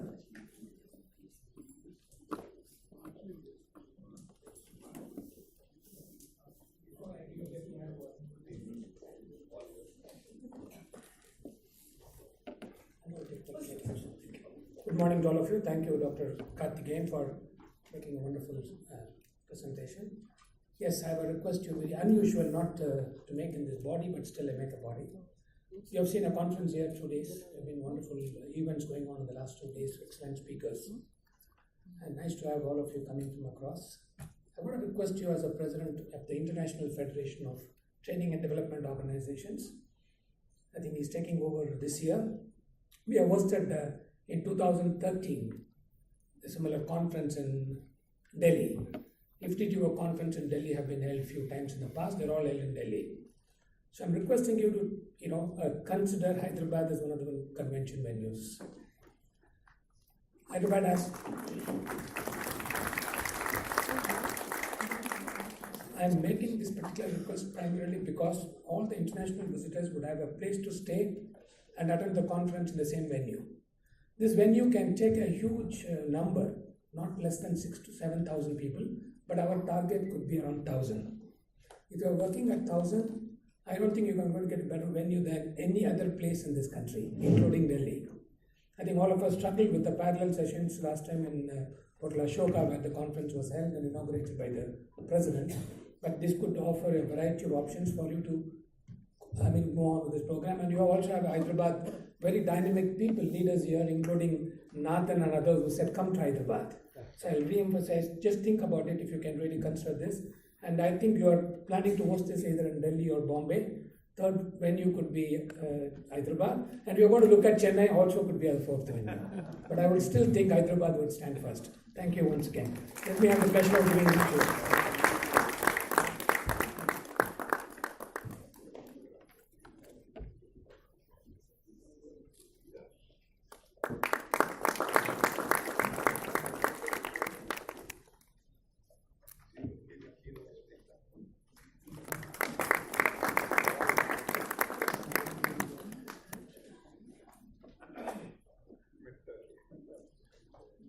Thank you, gentlemen. Thank you, sir, for a wonderful power-packed session.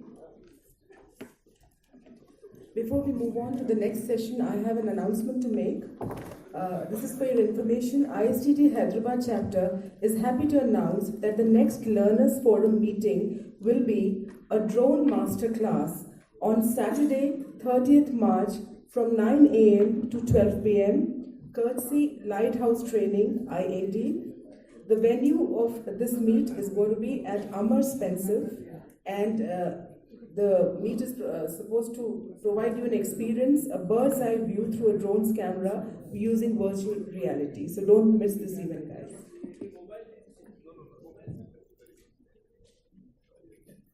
Gentlemen, Robert seems to have caught the Hyderabad shopping bug.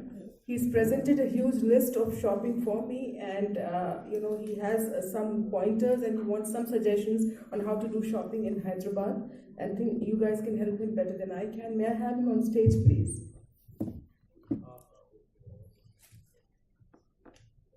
Robert, alert. Robert, alert. Dr. Karthikeyan, I learned a new skill. Now, I can hold mic and speak. I'm not scared. You gave a nice example of what's happening when we travel on the road. My car window was also knocked. I was equally puzzled what was happening. Now I know what we all should do. Thank you. I also learned a new skill.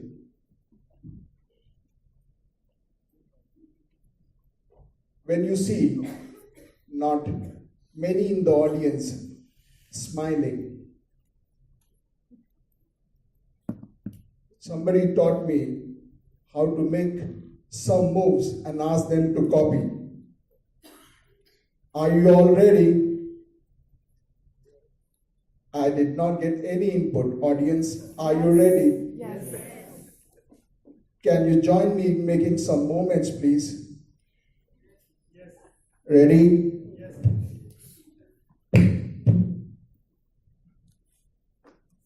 Do this for me. Do this for me. Where you are sitting? Let's do this. Can we do this for me? 1, 2. 1, 2. 1, 2. 1, 2. 1, 2.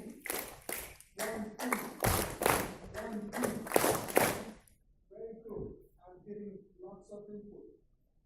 I was trained by a Tibetan guru in doing something like this.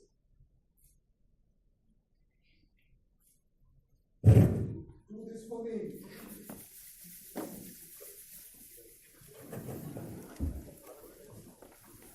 Good God, that's a tradition. I don't have that. Thank you. In the last 10 years, I've never seen audience like this, so supportive. Thank you. Dr. Karthikeyan, can I assume I will get a membership for ISTD? Thank you so much. I have one issue. I was telling Shabnam ji, all humans are shopping every day. In our script, it was written, you should shop only on Diwali, Eid, or Christmas. But no longer. They say humanity is having their greatest time ever. Every day is a Diwali, and technology has a lot to do with it. Is that true, Shabnamji? Will this phenomena continue? Because our kids are now demanding that they need to shop like humans every day, not on occasions like Diwali or Christmas. What is happening? Is this the greatest time for you or for us too? Please help me.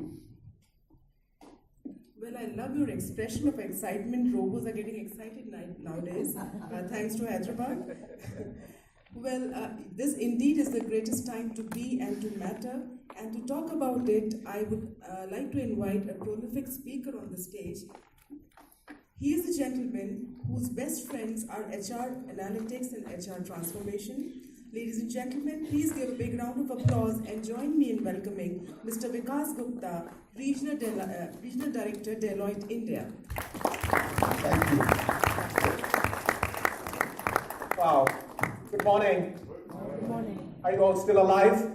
Yes. You are? Yeah, with shopping list, everybody can get excited about it.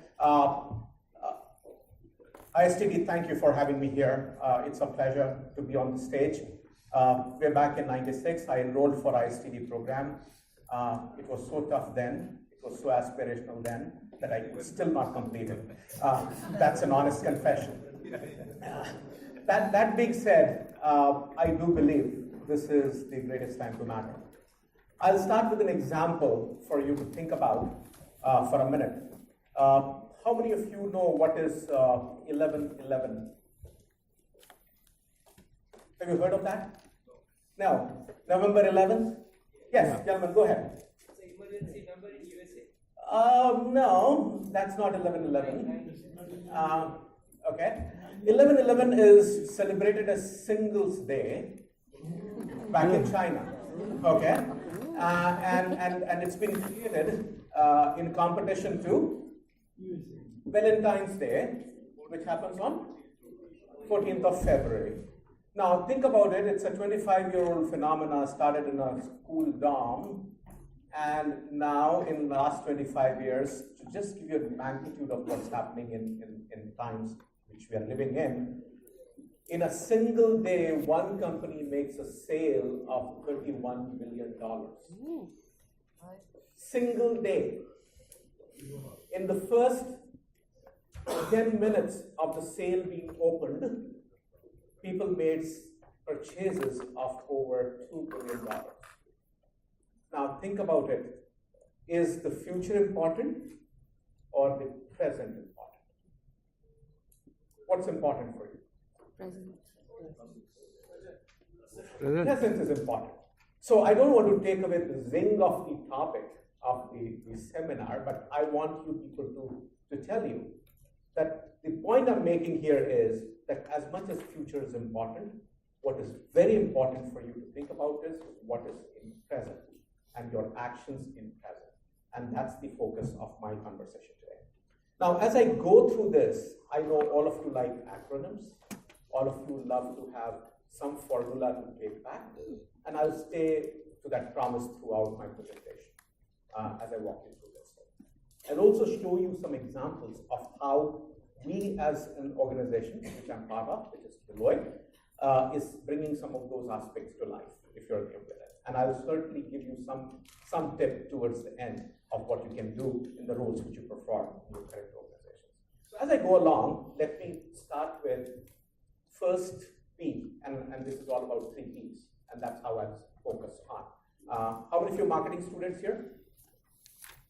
4 Ps? All of you remember? Yeah?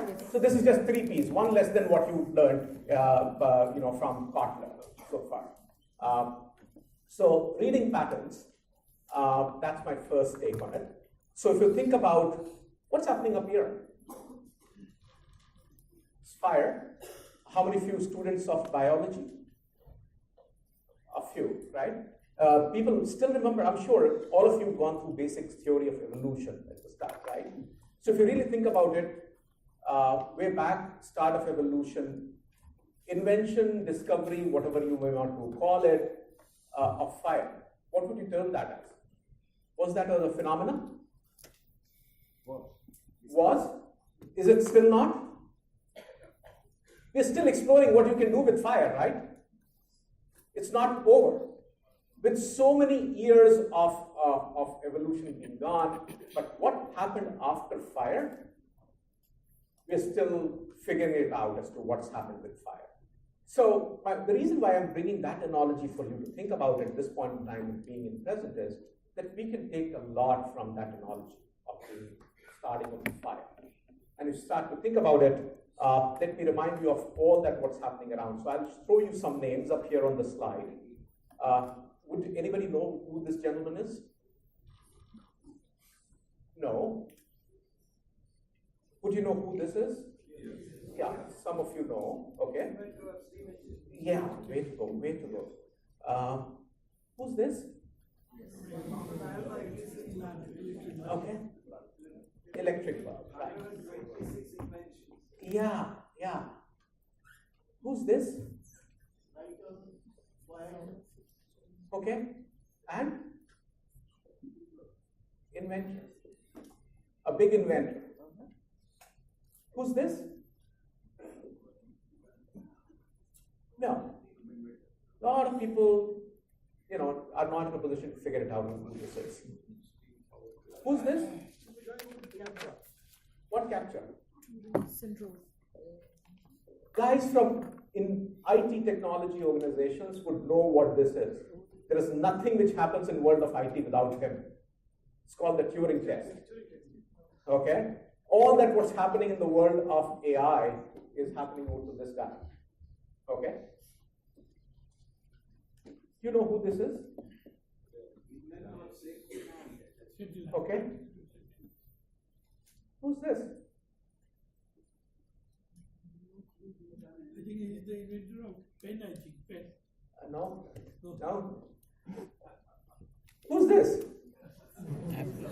Everybody knows it, right? Who doesn't want what he creates in your pocket, right? And that's a reality. If you really come to think about it, a lot of those names up here, which are prominent ones, is what you know of, and you say that, okay, those are the guys whom I know, right? But reality is, but all the others also have some role or the other to play. It's pretty much like fire, right? So who invented fire? Does anybody know it? No. Or who discovered fire?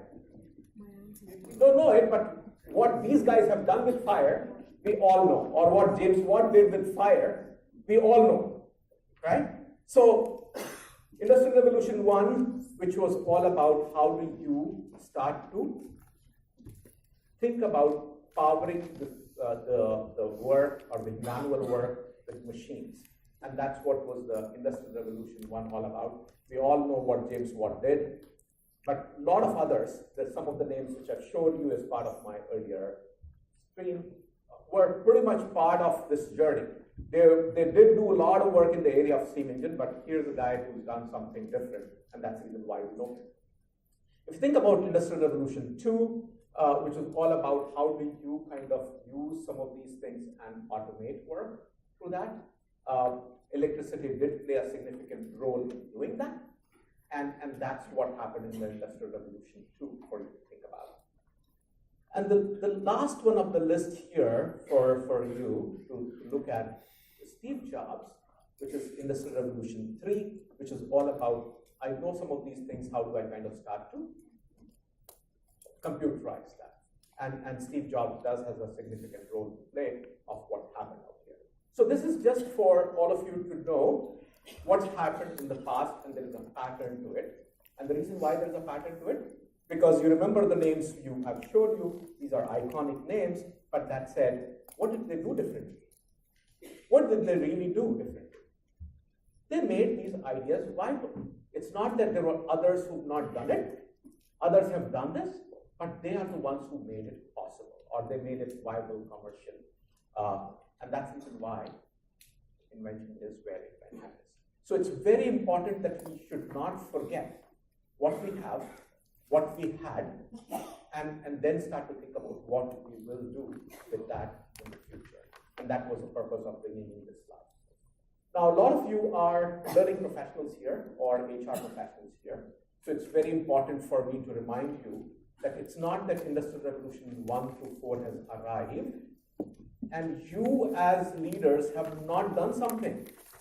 You have done a lot of work. So if you really think about Industrial Revolution 4, trade theories, we all know. How many of you have used truly trade theories now in our learning curriculums? Does anybody use trade theory? No. Okay. Do people use contingency theory? That's what the start of Industrial Revolution 2 was. Some cases. Participatory leadership. We've seen some of those. Situational leadership. Yes. A lot of it still relevant. Transformational leadership. We've heard enough and umpteen stories since yesterday about today of what organization after organization has done. And then you start to think about authentic leadership. It started to came in a lot in conversations towards the end of Industrial Revolution 3. But in today's time, what are people talking about? They're primarily talking about inclusive leadership, and morning panel emphasized on it with a focus on gender. But come to think about it, the reason why inclusivity is so very important, because you have not just one genre, but you have multiple genres of inclusivity available in the society we live in. Karthik very nicely highlighted the aspect of demography, an aspect of why equality, if we don't bring in equality into the society, why there will be issues as an outcome of that. What West did between Industrial Revolution 1 through 3, they've not had trying to grow enough number of babies, and that's the reason why you now know the consequence of it, why they're having a demographic problem to deal with, why India and Asia in general has an advantage over it. So there are a lot of analogies to take about and learn from these patterns for us to think about. Now, you would say, hey, that's all past. Why do I worry about past? Because past is past. So what can we learn from being in present? Because the theme I'm talking to you today is all centered around greatest time to matter, and I need to bring it back to the present. So if you really think about present, what's happening? A big question, you heard Robo alert? That's what he means, right? Robert Alert, right? And he said, hey, I don't take away jobs. Why did he say that? Did anybody focus on that a little bit or reflected on that? The big dilemma is that is all that what's happening around me is generating hope, or it is creating ambiguity? And when I say hope and ambiguity, a lot of it is centered around job, which Robert Alert spoke about earlier.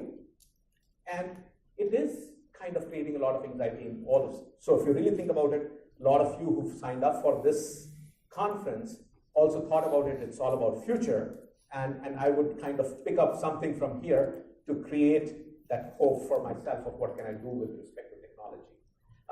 As much as I was standing at the back in the earlier sessions, I have two sets of people in the audience up here who are sketching as we speak. And one is doing a formal job, the other guy is doing an informal job. One is doing it on technology, the other person is doing it on a hand out there. And you see a difference between the way they're capturing the session. Guys, if you can raise up your hand of who's doing this. Just raise your hand so that people know that I'm not saying what I'm saying here. I did watch them doing what they did out there. So it's fascinating for you to see what they're doing in the back out there. So think about it. What are the possible answers out of it? So how do I kind of deal with this hope and ambiguity element of it? So if I put this on a 2x2 matrix and think about rate of change and time, the business productivity is at one end of all that what is happening, and technology changes are going at a pace which is going towards a norm for you to think about. So there is a huge body of possibility which is right here between the two lines of this graph for me to amplify this. Now, if you really think about Industrial Revolution 1 through 4, now this gap has always been there, and that's what's created possibilities. That's how steam engine came into play. That's how electricity came into play. That's how electricity bulb came into play. That's how computers have come into play, because they were fulfilling a gap which existed between these two lines. Now, the time we are living in also has created certain gaps, and that's what is causing us to think about what's the work of future, or what's the workforce of the future, what's the workplace of the future. As I take this further, and it's time for an impact, the power is truly with you. I don't think there is anybody else who will come in and say that, okay, I'm not empowering you to do what you need to be doing. So the power is truly with you, and this time is with you. How effectively you're putting all of this time to use to really make what future would look like for you. Pretty much like the way you kind of do your personal finances, the way you kind of think about your families. I think you need to be thinking about what you can do with the times you're living in and how you can contribute out there. Now, some of these can translate in form of technologies which are in and around us, which is kind of inseparable from us. Karthik did mention about some of those aspects of it in his conversation earlier. That hey, why I need to learn to speak to widescreen. Even if your son or daughter or any family member is not talking to you, give them a video call and say that hey, let's talk. At least you can be on the platform which you're most comfortable with, and I can be. I'll be learning a new thing out of that. So that's a way to think about it. But that said, can you stop the pace of the growth of technologies which are in and around us? We cannot. And there are tons of these technologies which are in and around there. There's already some of this is in big use. So blockchain, how many of you invested in Bitcoins? No? Not made big money? Oh, somebody did that, right? Awesome. So think about it. Somebody's already made use of this blockchain technology, which is a Bitcoin. E-commerce, how many of you really shop? All of us. Or dikhao, right? We truly kind of go on these platforms and deal with it in the e-commerce way. Gentlemen before Venkat spoke about lifestyle as a physical retail space, but that being said, they also are on a digital platform. So if you don't want to go to the store, go onto their digital platform and shop. So it's not kind of exclusive or separable. It's all entwined. How many of you are wearing actually this fancy gadget on your hand and measuring tracks, steps, all of that? I think it's inseparable. And those of you who are not, I'm sure you aspire to have one. Yeah, if not, you've downloaded an app on your phone to do that. Then you start to think about cloud and fintech. How many of you have wallets? All of you using it, right? Pretty much. How many of you do UPI? The number of transactions tell me that just about everybody is there, and those of you who are not, I'm sure one product or other you're making use of it. Supply chain, robotics, a huge plus, right? Venkat, I'm sure I don't need to emphasize it, how relevant this is for you. You exactly know at what store, what piece is lying out there, and if there is a customer who's looking forward for it, you ensure that it gets shipped out there. Artificial intelligence, I'm sure all of you have at least 3 assistants available to you, right? Even if you can't afford to have a personal assistant, you have this one for sure available for you. Can you move without GPS now? No. No, right? Even your auto rickshaw wala has it. Yes. Yeah? And certainly, cyber, you cannot kind of live without it. It's part of life. Now, that being said, I brought in these elements for you to think about that it's not future, it's here, and it's happening. Let me give you an example of what Deloitte has done with all of this, because we will be here.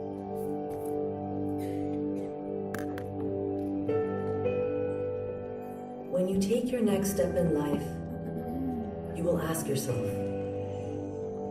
how can I matter? Not only to those close to me, but through work, in my community, and to the world. Look around. There's no shortage of opportunity. We are more connected now than at any time in human history. What will we make of that connection? Technologies like blockchain and artificial intelligence create new models for business and life.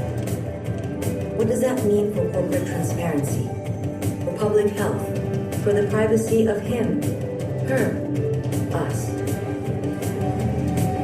The idea of a job, how cities function, what machines do, the way we shop, drive, and entertain ourselves, even what it means to be human.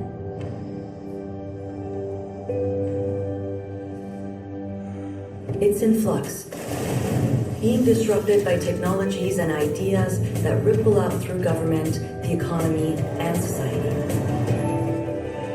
That's where you'll find Deloitte, looking deeper and in new ways to help discover opportunity for our clients and ourselves, to make meaningful impact as businesses and professionals. That's how we look to matter in the world. It's how you can too.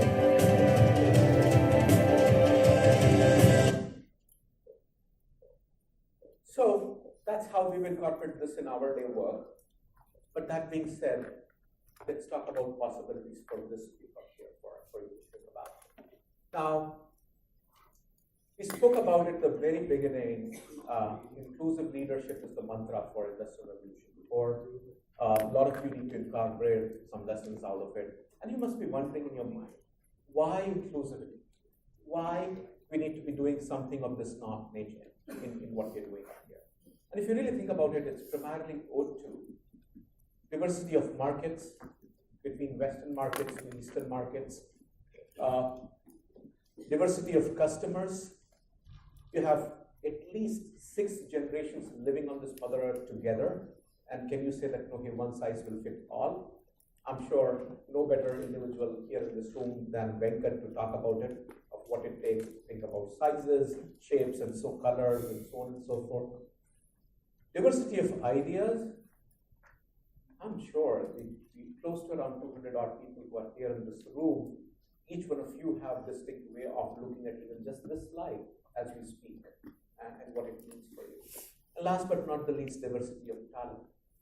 And morning session alluded to it, the panel conversation, and I'm sure I cannot put a bigger amplifier on this topic more than what one panel already did for you. So I'm not going to spend time on this. So it is kind of real. It is happening around us. If we are taking cognizance of it and incorporating that as part of our day-to-day actions, that's where we are becoming distinct. If not, we are lagging. So to start to think about it, this particular platform, we have seen 2 MCs. One MC is a live human being. The other MC is technology-driven person. And if you really think about it, on par with employees, I have robots out here. So the processes we need to start to think about it is that how 2 of them live together. And there's a live example out here in front of you of how they can work together. And that's what exactly we need to talk about. Certainly we need to think about how their joint ventures will work. We certainly need to think about, hey, it's not about just full-time equivalents, but there'll also be contractors. There will be freelancers, which is becoming a norm, and I'm sure there are a lot of people in the room who are doing this for the living already. And those of you struggling with ideas are going to crowds and saying, hey, can we either source finances, or can you help me define my ideas to make it work? So this is all real in action. We've also heard, I'm sure you would have heard about it, that beyond this there are new sets of skills which are needed, which are softer in nature. And if you start to think about it, what are those which make the distinction? Emotional intelligence, curiosity and imagination, innovation and creativity.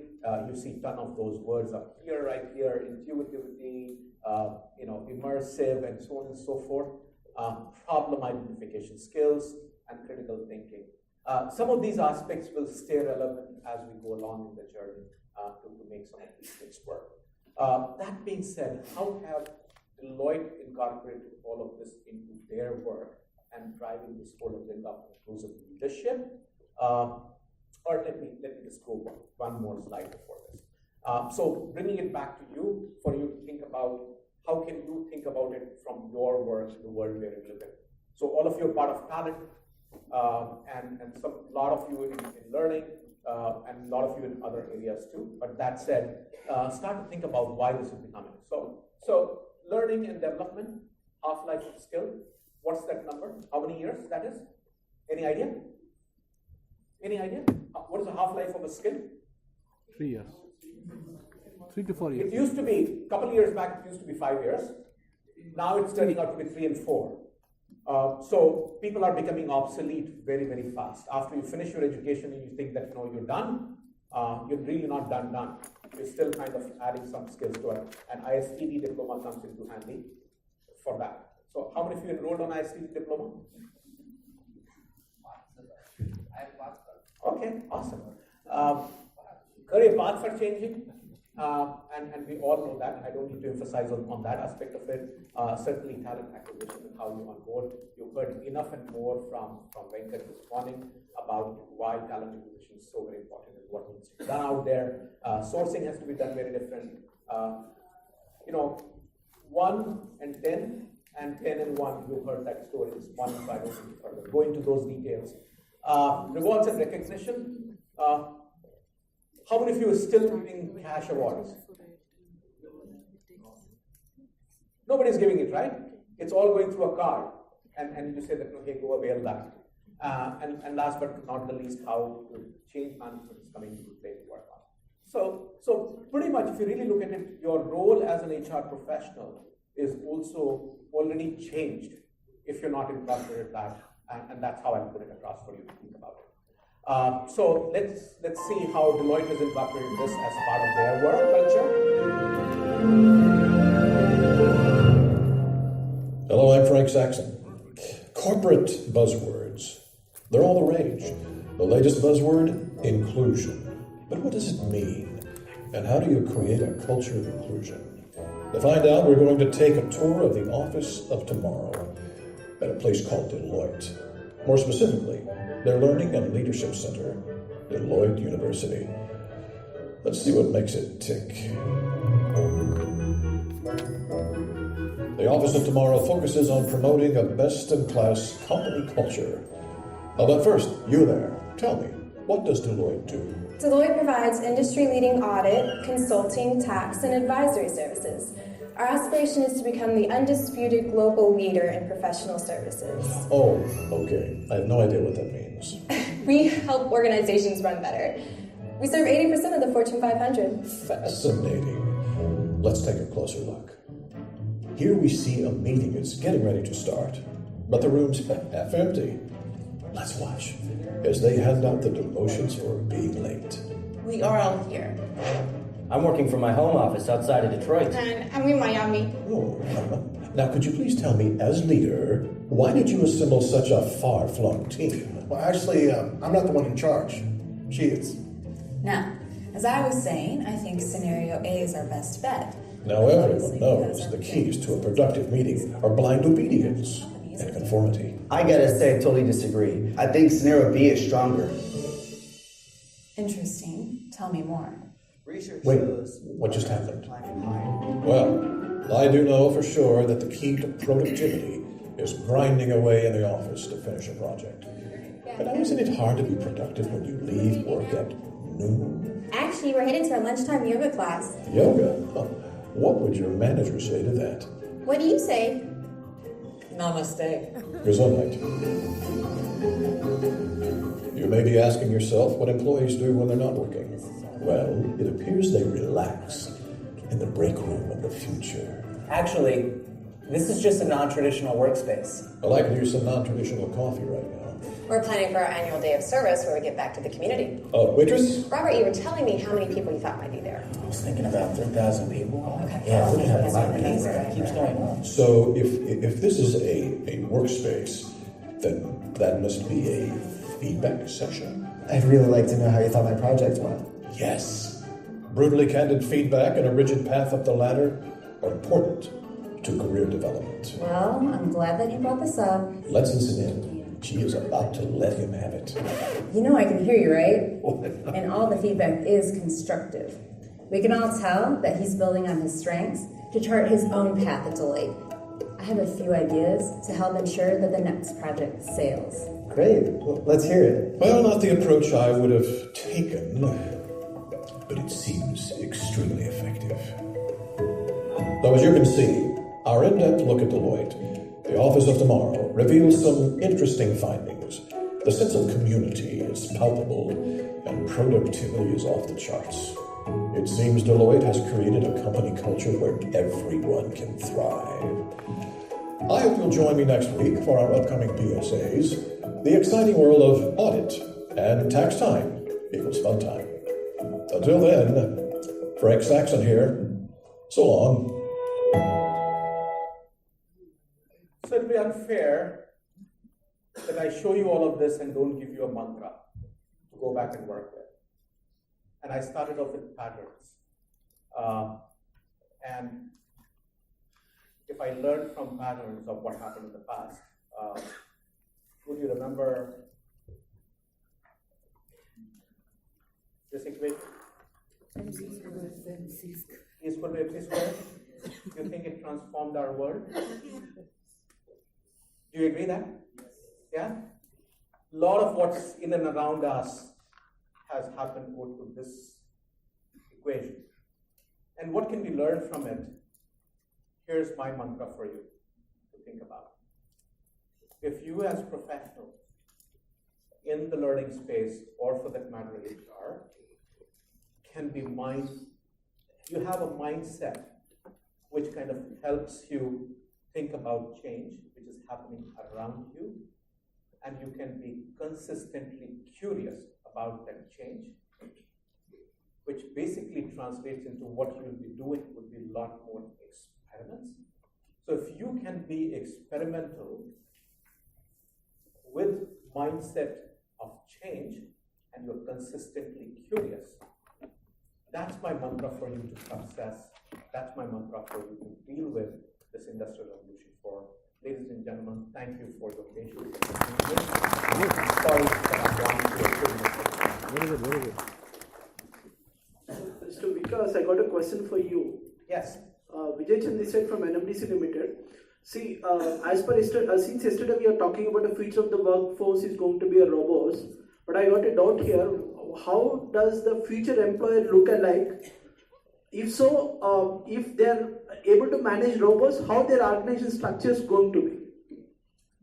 That's a good challenge to think about. I'm sure your learning for the 2 days is still not over.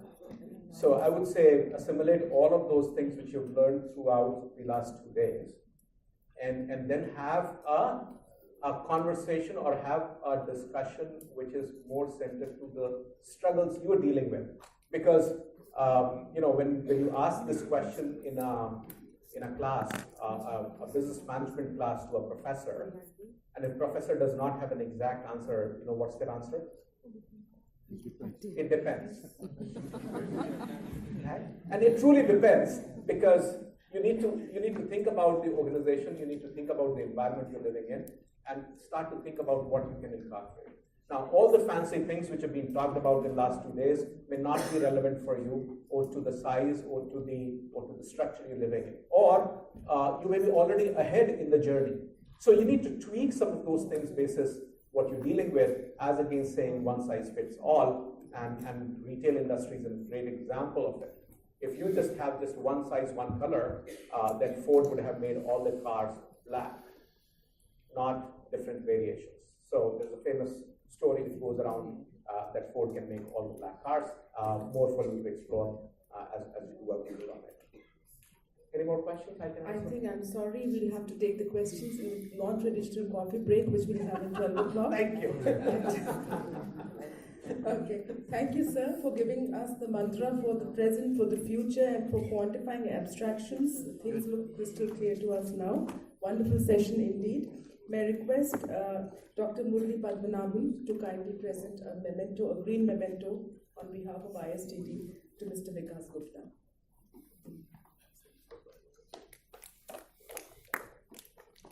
May we have the lights, please?